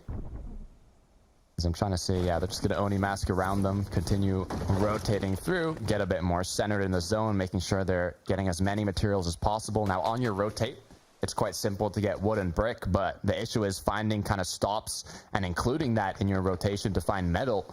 Brutal boxcars might be one of the options here, but from what I'm seeing, I think they're just looking for a bit of damage at this point. Sluxa and Clement, though, they're trying to take matters into their own hands. They want to be the ones fully in control of their fate. If they're able to get a successful team wipe at Brutal Boxcars, that could be the difference to set them up and break the pattern, right, that Levin had kind of highlighted has been sort of sitting next to them all day long here. PKR, though, punished while trying to farm some material from Pink at the mountainside. Pink, Nebs, and Chino also trying to commandeer how this Lobby 5 actually breaks out for them. Yeah, they might want to just even force a fight here. They got less loot for having to split their drop spot. It looks like they did a bit of damage, but it's just so stressful when it's literally your last chance to qualify. You're on the borderline. Even if you're confident playing mechanically, it's just a risk you really don't want to take. So I guess we'll see a lot of more soft engagements come from this trio until they have a clear option of, you know, an advantage in one of these fights that they can go all out in, but it's going to be a bit more of a safer route for Pink, Nebs, and Chino as we look at a trio in a similar situation, Volko, Fastroki, and Batman. I think for some of these teams that have that more veteran experience, though, like Pink, like Nebs, you almost have to play this lobby as if it isn't your last, because you don't want hesitation to then cause problems with commitment to your strategy. And that's something that I think even some of Fortnite's finest can definitely encounter as a difficult measure, especially when everybody would love to be in the Major 1 finals. But the reality is, Takata, only 10 of these teams are going to be able to confirm it here today. One more Victory Royale, the rest to be determined by their consistency and placement on the leaderboard. It's just such a tough metric to hit. It's easier said than done, too. Not only the qualification, but I mean just not feeling that stress. I mean, it's the last game of potentially one of your last chances to qualify. So even if you know you want to just play confident and aggressive, it's difficult to do, you know? Like, that pressure is going to be in the back of your mind, even if you have that experience competing. To completely just eliminate that is quite difficult emotionally. But like you said, these are veterans of Fortnite competitive. They've been training for years, and some of them are able to do exactly that. We saw Noah's confidence in these matches, something you said never left, as they continue to just kind of look around for opportunities to get tags. Yeah, if anybody's been able to overcome pressure today, it's definitely Noah Riley. But realistically, all that trio needs is to actually be a trio in those final moments, because that might just be the one separating factor. And of course, we're always going to have the best view, right? Being able to witness everything that the players are actually choosing, where everybody actually scopes out on the map inside of some of these final moving zones. But no, Riley, if he's doing that with Giannis and Chap next to him, that's a Victory Royale in the making. Oh, yeah. You know, I'd like to see one of these trios that are already incredibly high on the leaderboard, like Frizzy or anyone that's kind of already qualified through consistency, just take home the VR in this last game to show that they're not going to let it go easily. But I'm seeing a lot more kind of safe plays in this last match, as we are kind of seeing the trios that are on that borderline of qualifying. Meanwhile, I'm sure the ones who are kind of on the bottom end are playing maybe even a bit more aggressive, going for fights instead of just long-range tags and things that kind of have high payouts. But it looks like Pink, Nebs, and Chino might be doing just that. Dangerous situation here, though, because for Pink's team, if they get shut down here and now, Damus's, like I mentioned earlier, they're already set based off of their points acquired here today. Nez, Pink, and Chino, though, they want these materials. They want everything that Pix has to offer here. Gotta be careful, though. This is Davis's backyard, essentially, at Pump Power. If there's ever going to be a team that knows how to maneuver through Pumped, it's certainly this one. 100%, but from what we can see, it's just the continuation of these soft engagements, not putting everything at risk, more just doing what they can to secure damage and back off. You can see still a good amount of materials, now in a good position to recuperate metal too at Pumped Power, as they can get brick and wood later while rotating and kind of use that efficiency to not only get a good spot, but recuperate the remaining mats that they need. So I honestly like the position that Pink, Nebs, and Chino are in. They've done a good amount of damage consistently. They've got a good amount of materials. They have weapons. They have loot. So far, they are setting themselves up quite successfully to have a good game. Yeah, if everybody gets a Void Oni, that'll be best case scenario. Karma, though, double revive. Good to go. But how much time did it actually buy up against the likes of Slogze and Clement, who are looking healthier despite being a duo up against 3? They might have to abandon this exchange, though. Team in the Surge base, not too far off from Brutal Boxcars, certainly taking note and might even apply some additional pressure if these guys aren't careful. Looking over at Cringe, Velo, and Synox, who seem to have the upper hand in this engagement in terms of positioning, but just pop shots taken back and forth. The zone is coming to a close, and they are quite far. So I don't think any full-on engagements will be made here, but Oni masks are going to be put to use. Some other trios coming out of the zone right now, putting themselves into a bit of a tussle, as I believe Velo, Zynox, and Cringe are just kind of going to continue towards the zone. They can potentially later look back into the storm and maybe find some of these trios rotating out and have that as an opening for tags, but taking the full-on battle is a bit too risky. Another one of our teams, though, that's looking rather healthy as far as placement points and consistency is concerned. Nefrizi up against Scrap, Skrill, Hellfire, Lucia right now just a layer below where most of the action is taking place. Trying to maintain a separate angle. Scrap, though, gonna get the opening shot here. Thought Lusha would be able to win that exchange. Instead, Lusha getting closed in on by Scrap and Skrill right now.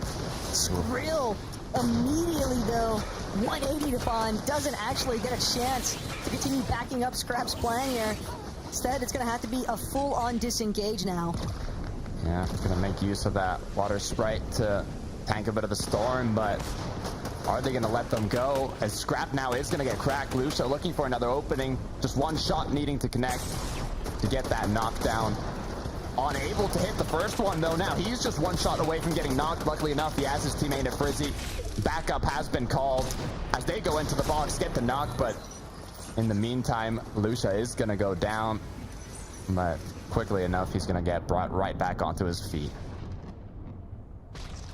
It'll at least force Lucia to take a moment here alongside the rest of his team, but considering how that engagement actually panned out in favor for Nefrizi, Hellfire has some choices to make. How long is he willing to actually commit to sitting behind inside of the storm? Will Nefrizi and them also choose to just camp the reboot cards? Because, again, they're already qualified. They don't necessarily have to forfeit that position. That's true. I mean, they can honestly do what they want here. You can see 278 points. It says 5th, but it's number 1 in terms of consistency, as the other players have 1,000 points, having already qualified through the Victory Royale. As now we can see Shogun's Arena seems to already have a trio on it. Chap Noah trying to just get some pop shots into whoever's up there. 2 trios, actually. And both of these teams kind of recognizing the fact that they've been a little bit of the center of attention here. One of them even opting to just depart from Shogun's Arena. But for Neo, Shmali, and Memo, again, Takata, we're looking at teams that winning is the only option they have if they don't want to try and stake their odds in that last chance qualifier. Yeah, and Rift Island is a good place to kind of start that journey, right? Especially if the zone ends up closing towards it. even if they can get that medallion to close it off. But Pink, Gino, and Nebs, once again, we've seen a lot of this trio throughout this last match, and they've been playing very consistent. You see they've now gotten full metal, and they're continuing to get their wood and brick during their rotation. And it looks like they might even be going to more of the dead side of the zone if they've done so much damage throughout this match that they can kind of afford to go to a least congested side. I'm looking forward to see how they play out the end game. As for Strokey, Volko, and Batman, might have put themselves in a bit of a pickle here. Yeah, this fight has kind of just been moving all over. Last we saw, these teams were all kind of entangled with each other over towards Night Shift Forest, and still fighting against each other. Not really sold on either side having gotten much of an advantage against the other, considering that they refuse to budge. Both teams kind of just holding each other up now. Yeah, I mean, it's 7 seconds till they see where this 5th zone appears, so they're kind of going to base that zone on how they want to play this one out, where they want to walk to. Rotating straight down the middle can be a bit more risky versus going around the edge of the storm.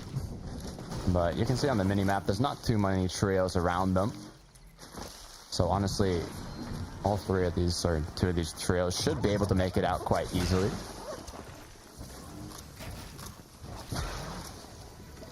Another double revive caught on camera here. Tough spot to be in, though, if you are Andalek, Sato, and Marco. A couple of teams kind of standing between them and this rotate out of Lost Lake.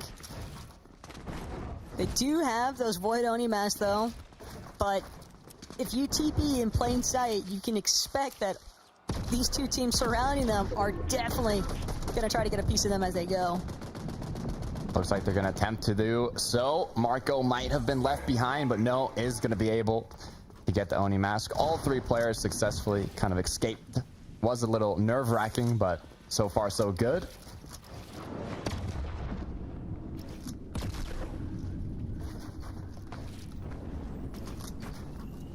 Kind of just waiting to see how Shogun's Arena actually panned out, since we did see two teams essentially trying to fight over that Shogun X medallion and just having a good height leverage point to fight out of. A lot of teams, though, Takata, just they're taking notice of each other, but nobody necessarily wants to hard commit. Yeah, you can kind of see that pressure from it being the last game, and not only that, I mean, Freuzi, Scout, and Elk here that we're looking at went into this match in 11th place, just 1 place off qualifying through consistency, and not only that, they have not made an FNCS finals before, so it means a lot to a trio like that. Hopefully, if they get a decent enough match here, it could be enough to close it out.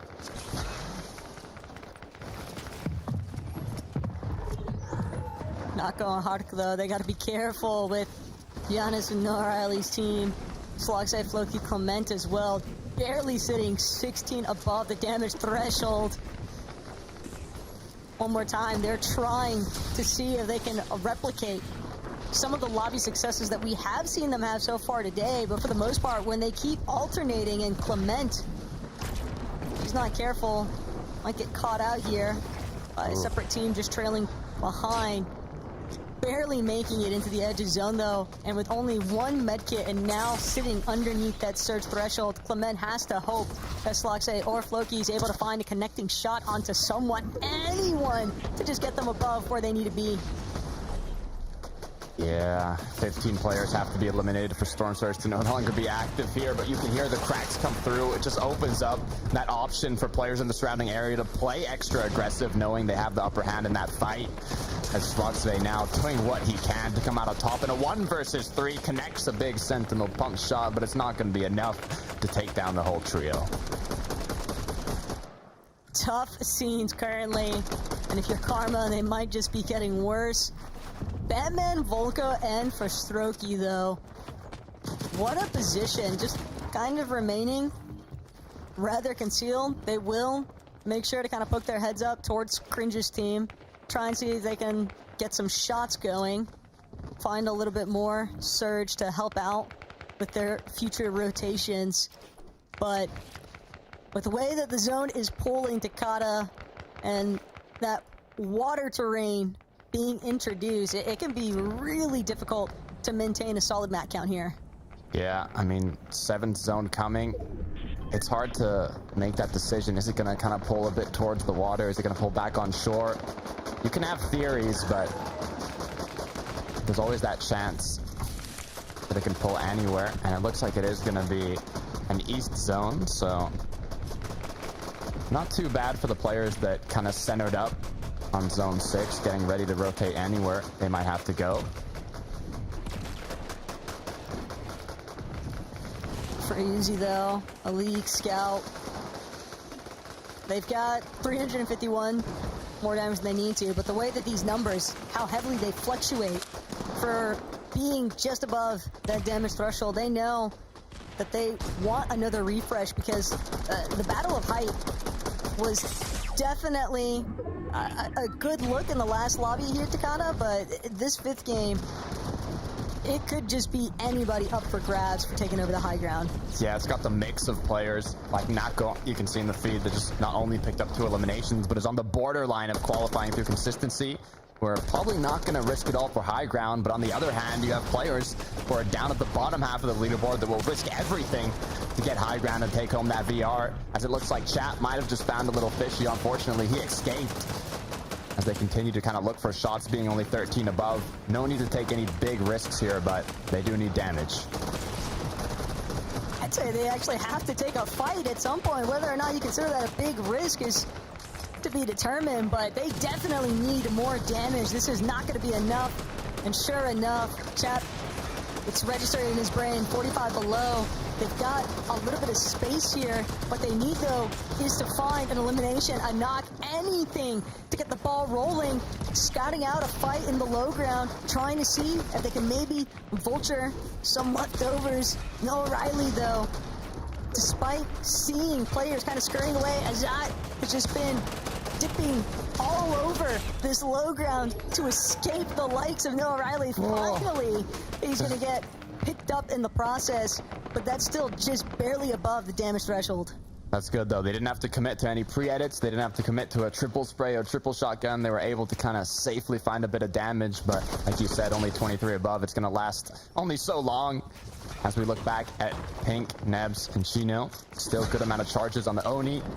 Good heals, good mats. Issue is, zone has pulled to the opposite side of the zone here, so they are going to have to look for a triple Oni mask rotate now. Just be careful to not land into anyone's box.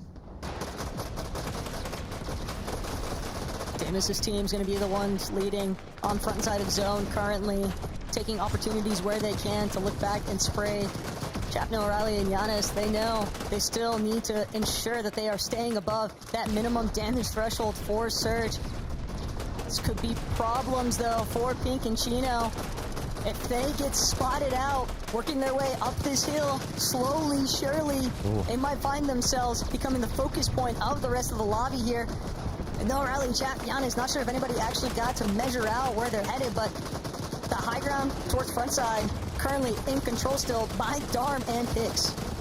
Now, it's all about kind of planning your next rotate. 6 seconds left until that ninth zone appears, and you need to be ready to react instantly when that zone appears. But if you're like Batman that's already lost 2 of your teammates, it's just trying to outlive your opponents here. You don't really have time to scout around and look what the best rotate might be. All you have to do is stay up.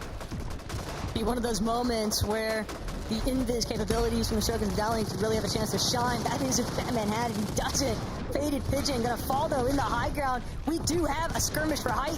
Darm and Danis, though, looking to see if they can come out on top. Vegeta hoping for a revive, but the pressure's gonna come from underneath. Darm breaking through these walls, knocking on the door, saying what's good to everybody on this high ground. And for a moment, Hicks finally gets a chance to reestablish control. Already 8 eliminations for Darm and his trio. Darm actually leading the pack today in terms of eliminations out of the whole lobby. So all they have to do now is close this one out. They have taken height, but the issue I'm seeing is they've got materials, but I don't know if it's going to be enough to fully close it out if they get contested once again. as Chino, Pink, and Nebs are doing exactly what they need to do by just staying up and securing those points. To qualify through consistency, the drop's actually going to come through onto Yanis. He gets knocked. Full trio still up and running as they've just secured a massive refresh. But this time, it's Chap left to his own devices. He's got to come through with the clutch of a lifetime here and with 0 mats to his name. Takada, I fear the worst might come to fruition instead, but Chap, he's going to try to play it from the backside of zone. He's got at least one medkit to start buying himself just one extra placement. Maybe that'll be enough for him to find an elimination for a siphon moment. Cringe in his sights, but Cringe going to drop one layer further. Chap closing the distance here, trying to get as close as possible to ensure that that shot goes in his favor. Operating through the low ground as well, though. Chino, Nebs, Pink, they're sticking towards this front side low. Going into this match in the 12th position, they need top 10 to qualify through consistency. They're most likely not there yet. The job is not finished at 159 points. They need to stay up just a bit longer as they find another elimination. Chino now up to 3, making his way ahead of zone. This is looking like a winning situation, though, for Danis' team on height. The league, not even a chance as a solo. Harko, Nako, and Kire, they're trying to work their way through Takada. They're finding the eliminations that they need. Harko doesn't get a chance, though, to pick up some much-needed material. Instead, just trying to ensure that he stays towards that front side. They need to stay up. Also, just on the borderline, getting into this match, Harko, Kire, now trying to clutch it up as a duo to qualify themselves through consistency, as I believe Nebs has just gone down. Is it going to be enough points for Pink and Chino? Chino's still alive, clutching it as a solo with 3 elims on the board, and he's not finished. Chino just gonna go for the blind teleport towards forward, but it's too far. He's spotted out. Alba as well, unfortunately TPing onto Hyper. There is a healthy trio. Darm, though, much less so. Now that he's got to deal with the calamity taking place, all of these teams just TPing onto Height, and Damus still holding strong despite everything. Our elimination leader throughout the day, Damus, now having 7 in this last match, but he's not even finished yet. He wants to close this match out, as you have to be careful in the building. It's Harko, it's Kire, securing elimination after elimination, but now they have to face off against the trio in the sky. This is huge, though, for Nako, just because of the fact that he gave them so many placement points. Collapsing gonna fall as well. That's gonna shift Nako's team into that second place position, but instead picks Damus, still trying to confirm this final victory royale in the day. Cadet trying to break through Chorus, but he can't make it. Now it's a 2 versus 1 as Pix finishes it off, and they secure the last victory royale, qualifying themselves into the major finals. Did Pink get enough points to qualify through consistency? Did Nako get enough points to qualify through consistency getting to that late game? I don't know, Taco, but they put on quite the performance.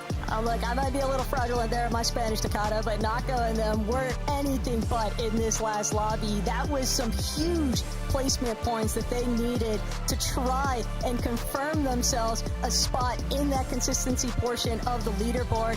Huge shout-outs, though, to Darm's trio, because they have really just had today on lock as is, and then to close it out in these final moments with a pretty commanding lead over the rest of the lobby. That's also a beautiful sight to witness if you're towards that lower end of the consistency placements. Yeah, especially coming from a trio that has yet to make an FNCS finals. This being their first one now, not only qualifying themselves, Taco, but being the elimination leaders throughout the whole day shows that they've been preparing, they've been grinding for this moment, and it is paying off. Yeah, you love to see it as well, just because there were some definite attempts from other teams to try and take over height, but Pix, Darm, Damus, we saw them walk away as our Div 1 Weekly 2 Finals winners, and so here today to see them with a victory royale, it's a beautiful sight to witness. It was a hard-fought victory for them as well. It's very beautiful, but there's still that question mark in the sky. What's happening on the consistency leaderboard? That's it for myself and Taco on the casting booth. We'll be back for the next event, but so far we gotta close this out, Taco. We gotta see what Zeke, Levin, and Minnie have to say. I'm stressed. This is possibly Well, I think everyone in the lobby wanted this trio to win, right? Yeah. Because they were already in the top 5 in consistency. That means that they now move up and the leaderboards will move down 1. And with so many of these trios fighting for one of those consistency spots, this is going to come down to the wire. We do need to turn attention to the trio, though. As our casters kind of pointed out, they just had so many of these games on lock. They really were trying to show us that when it comes to a Major 1 Finals, they can be consistent, right? Because at the end of the day, being consistent will win you that spot going to the global championship later on this year. And that's what they're just trying to show us. They're really trying to drill in, look what we're capable of, look what we can kind of, the adversity we can fight through. We are top contenders. We are deserving of potentially walking away in that number 1 spot. Absolutely. I mean, you know, when my good friend Coach Harry put Demas and Pix on my radar last year after they started to have a couple decent performances in Cash Cups, you know, I very much sort of looked forward to them, and the way it was sort of framed was, imagine a younger Cammy and Seti who just get fraggy sometimes, right? And like, the idea of that was crazy, and at times they've sold us that level, and today in this lobby, you know, it felt like they were just that. They were able to make it to these end games consistently, but do it with such high eliminations that they've just looked unstoppable all throughout the day, Minnie. Yeah, they really do get fraggy. Demas there with the elimination leader on the day. So it just shows that this trio, they really have the firepower and what it takes to get over the line. They've even switched drops a little bit throughout the day today, I believe, landing over towards the lake. Of course, landing over at Pump Power at the beginning of the day. That's where they were shaping up. So they have this in their locker, the ability to be able to switch up, change things up. And as I mentioned at the beginning of the show, they won Week 2 divisional finals. They've been looking good all season. They've been very, very strong. And it's nice for them to showcase what they can do, both winning a game and also not getting outside of a top 8 today. It just shows they're consistent as well. It kind of does scare me though, boys, because we can't forget about the shark in the water, right? Queasy getting that first victory out on the day. The guy who is going to be looking for a height is not there, right? And so this is what they can do when they have those height possibilities. But when we turn attention, we can't forget, right? Queasy, Swizzy, Murstache, they're still waiting, right? They are still, and on top of the trios that made it last week, the trios we have to see to tomorrow, there's still a lot of ways that this could still go down. And so I'm just kind of excited to see what's in the future. This is a look back. In case maybe you're just tuning in, you missed all the action. Here's everyone that won themselves a victory royale in these 5 matches. So they're good. They're straight through to the Major 1 Finals. But gentlemen, we still have to talk about the consistency. Who made it in top 5? So when we look at these standings, we're basically looking at from the 5th place, or 6th place rather, down to 10th place, okay? And here we go. Obviously, Nafrizi, Lucia, Rakuzan, we saw them. They are great. But look at that 5th place spot. Wow. Pink, Nebs, and Chino made it in by the skin of their teeth, boys. When we turn attention to these standings, we're going to have to just see how close this was. But to see them kind of fighting all of these matches, really trying to hone in, really trying to take it all the way as far as they could, to see them actually clutch it up and in this final game secure that spot, it's got to feel so amazing. Right, and it started off so scary, right? Because you had Vigera, Turtle, and Faded, who sort of landed over towards Demon's Dojo and were giving them problems. They sort of rotated out of it a bit earlier. But what a huge clutch. I think most people watching at home would have been rooting for these guys to get it done. I think the only people who won't be rooting for them, Mini, is probably Hydro's trio, right? Because they obviously qualified from Demon's Dojo in Group 1. They would have liked to have it uncon. But no, we will be seeing these guys in the Major 1 Finals, potentially fighting off Spawn at Demon's Dojo in all 12 games. I'm really happy for these guys. They've worked super hard to make it. Yeah, they have. They've been grinding so much. They understand the game so well. They've always had so much potential. Nebs in particular is always one of those players that has the ability to just pop off in so many different moments, but hasn't quite got it all together when it comes down to those finals. And for Major 1 Finals, I'm excited to see whether he can sort of bring that fire, bring that heat with, of course, Pink and Chino. And it was so close for those guys getting in there in 10th place. I think they only just about qualified by a single placement, which is crazy. I know Chino, or a single point, I should say, which is crazy, because Chino was qualifying them at the end there with the solo clutching. And what was so funny is that Pink yesterday was trolling Chino. He was saying, "Oh, look at this guy, level 600 on Fortnite. What is he doing? How is he such a high level, mate? He's going to be thanking him now for being such a high level and putting the work in, because he's just qualified them through to the Major 1 Finals." So insane. And when you guys look, when we turn to that second page, I'll go ahead and spoil it now. They beat them out by 1 point. Wow. Okay, 1 point was the difference maker. That was enough to help Pink get in through. But we can't forget as well, another thing I wanted to call out, 13th place, Floki, Clement, Sloxay. We saw them go down early, and when they went into that game, they had that 153 points, and they couldn't get anything else. And that's how volatile some of these lobbies can be, right? If you're not careful, if you make a mistake, you can be eliminated early, and that game was not the time for that to happen. Tough. I mean, it's just the brutal nature of the FNCS group stage. The dream isn't completely over, right? Because they have last chance qualifier next week. But honestly, yeah, it'll be heartbreaking, right? For any team who was in one of those positions, right? You know, you had a hold of it and you lost it. I mean, yeah, it can be tough. I will say on a positive note, right? You got, you know, Chap, Janice, and Noah, who have had a very interesting season. They make it through to the finals. They're going to be able to land Miles Meadows. You know, the story for them was you know, dropping Reason for Chap. Was that going to pay off? Was it going to be the right decision? And now that they're here in the finals, I think they'll be feeling like it is, Mini. Yeah, I think just looking back at this trio, looking back at the day, is just, you know, definitely comes down to that solo clutch from Noah Rayleigh earlier on. I think it was a third place they managed to get in that game. So many eliminations. I'm sure they'll be thanking him for all of his work earlier on. But the trio as a whole, they performed very well today, very consistent. Lower eliminations, as I mentioned, and even in that last game, only 2 eliminations for them. So a little insight into maybe how we're expecting to see them play when it comes to the Major 1 finals. But a team that can make it to end games, they have the firepower. And with players like Noah Rayleigh coming back into their prime, it's going to be an exciting team to look out for in the finals.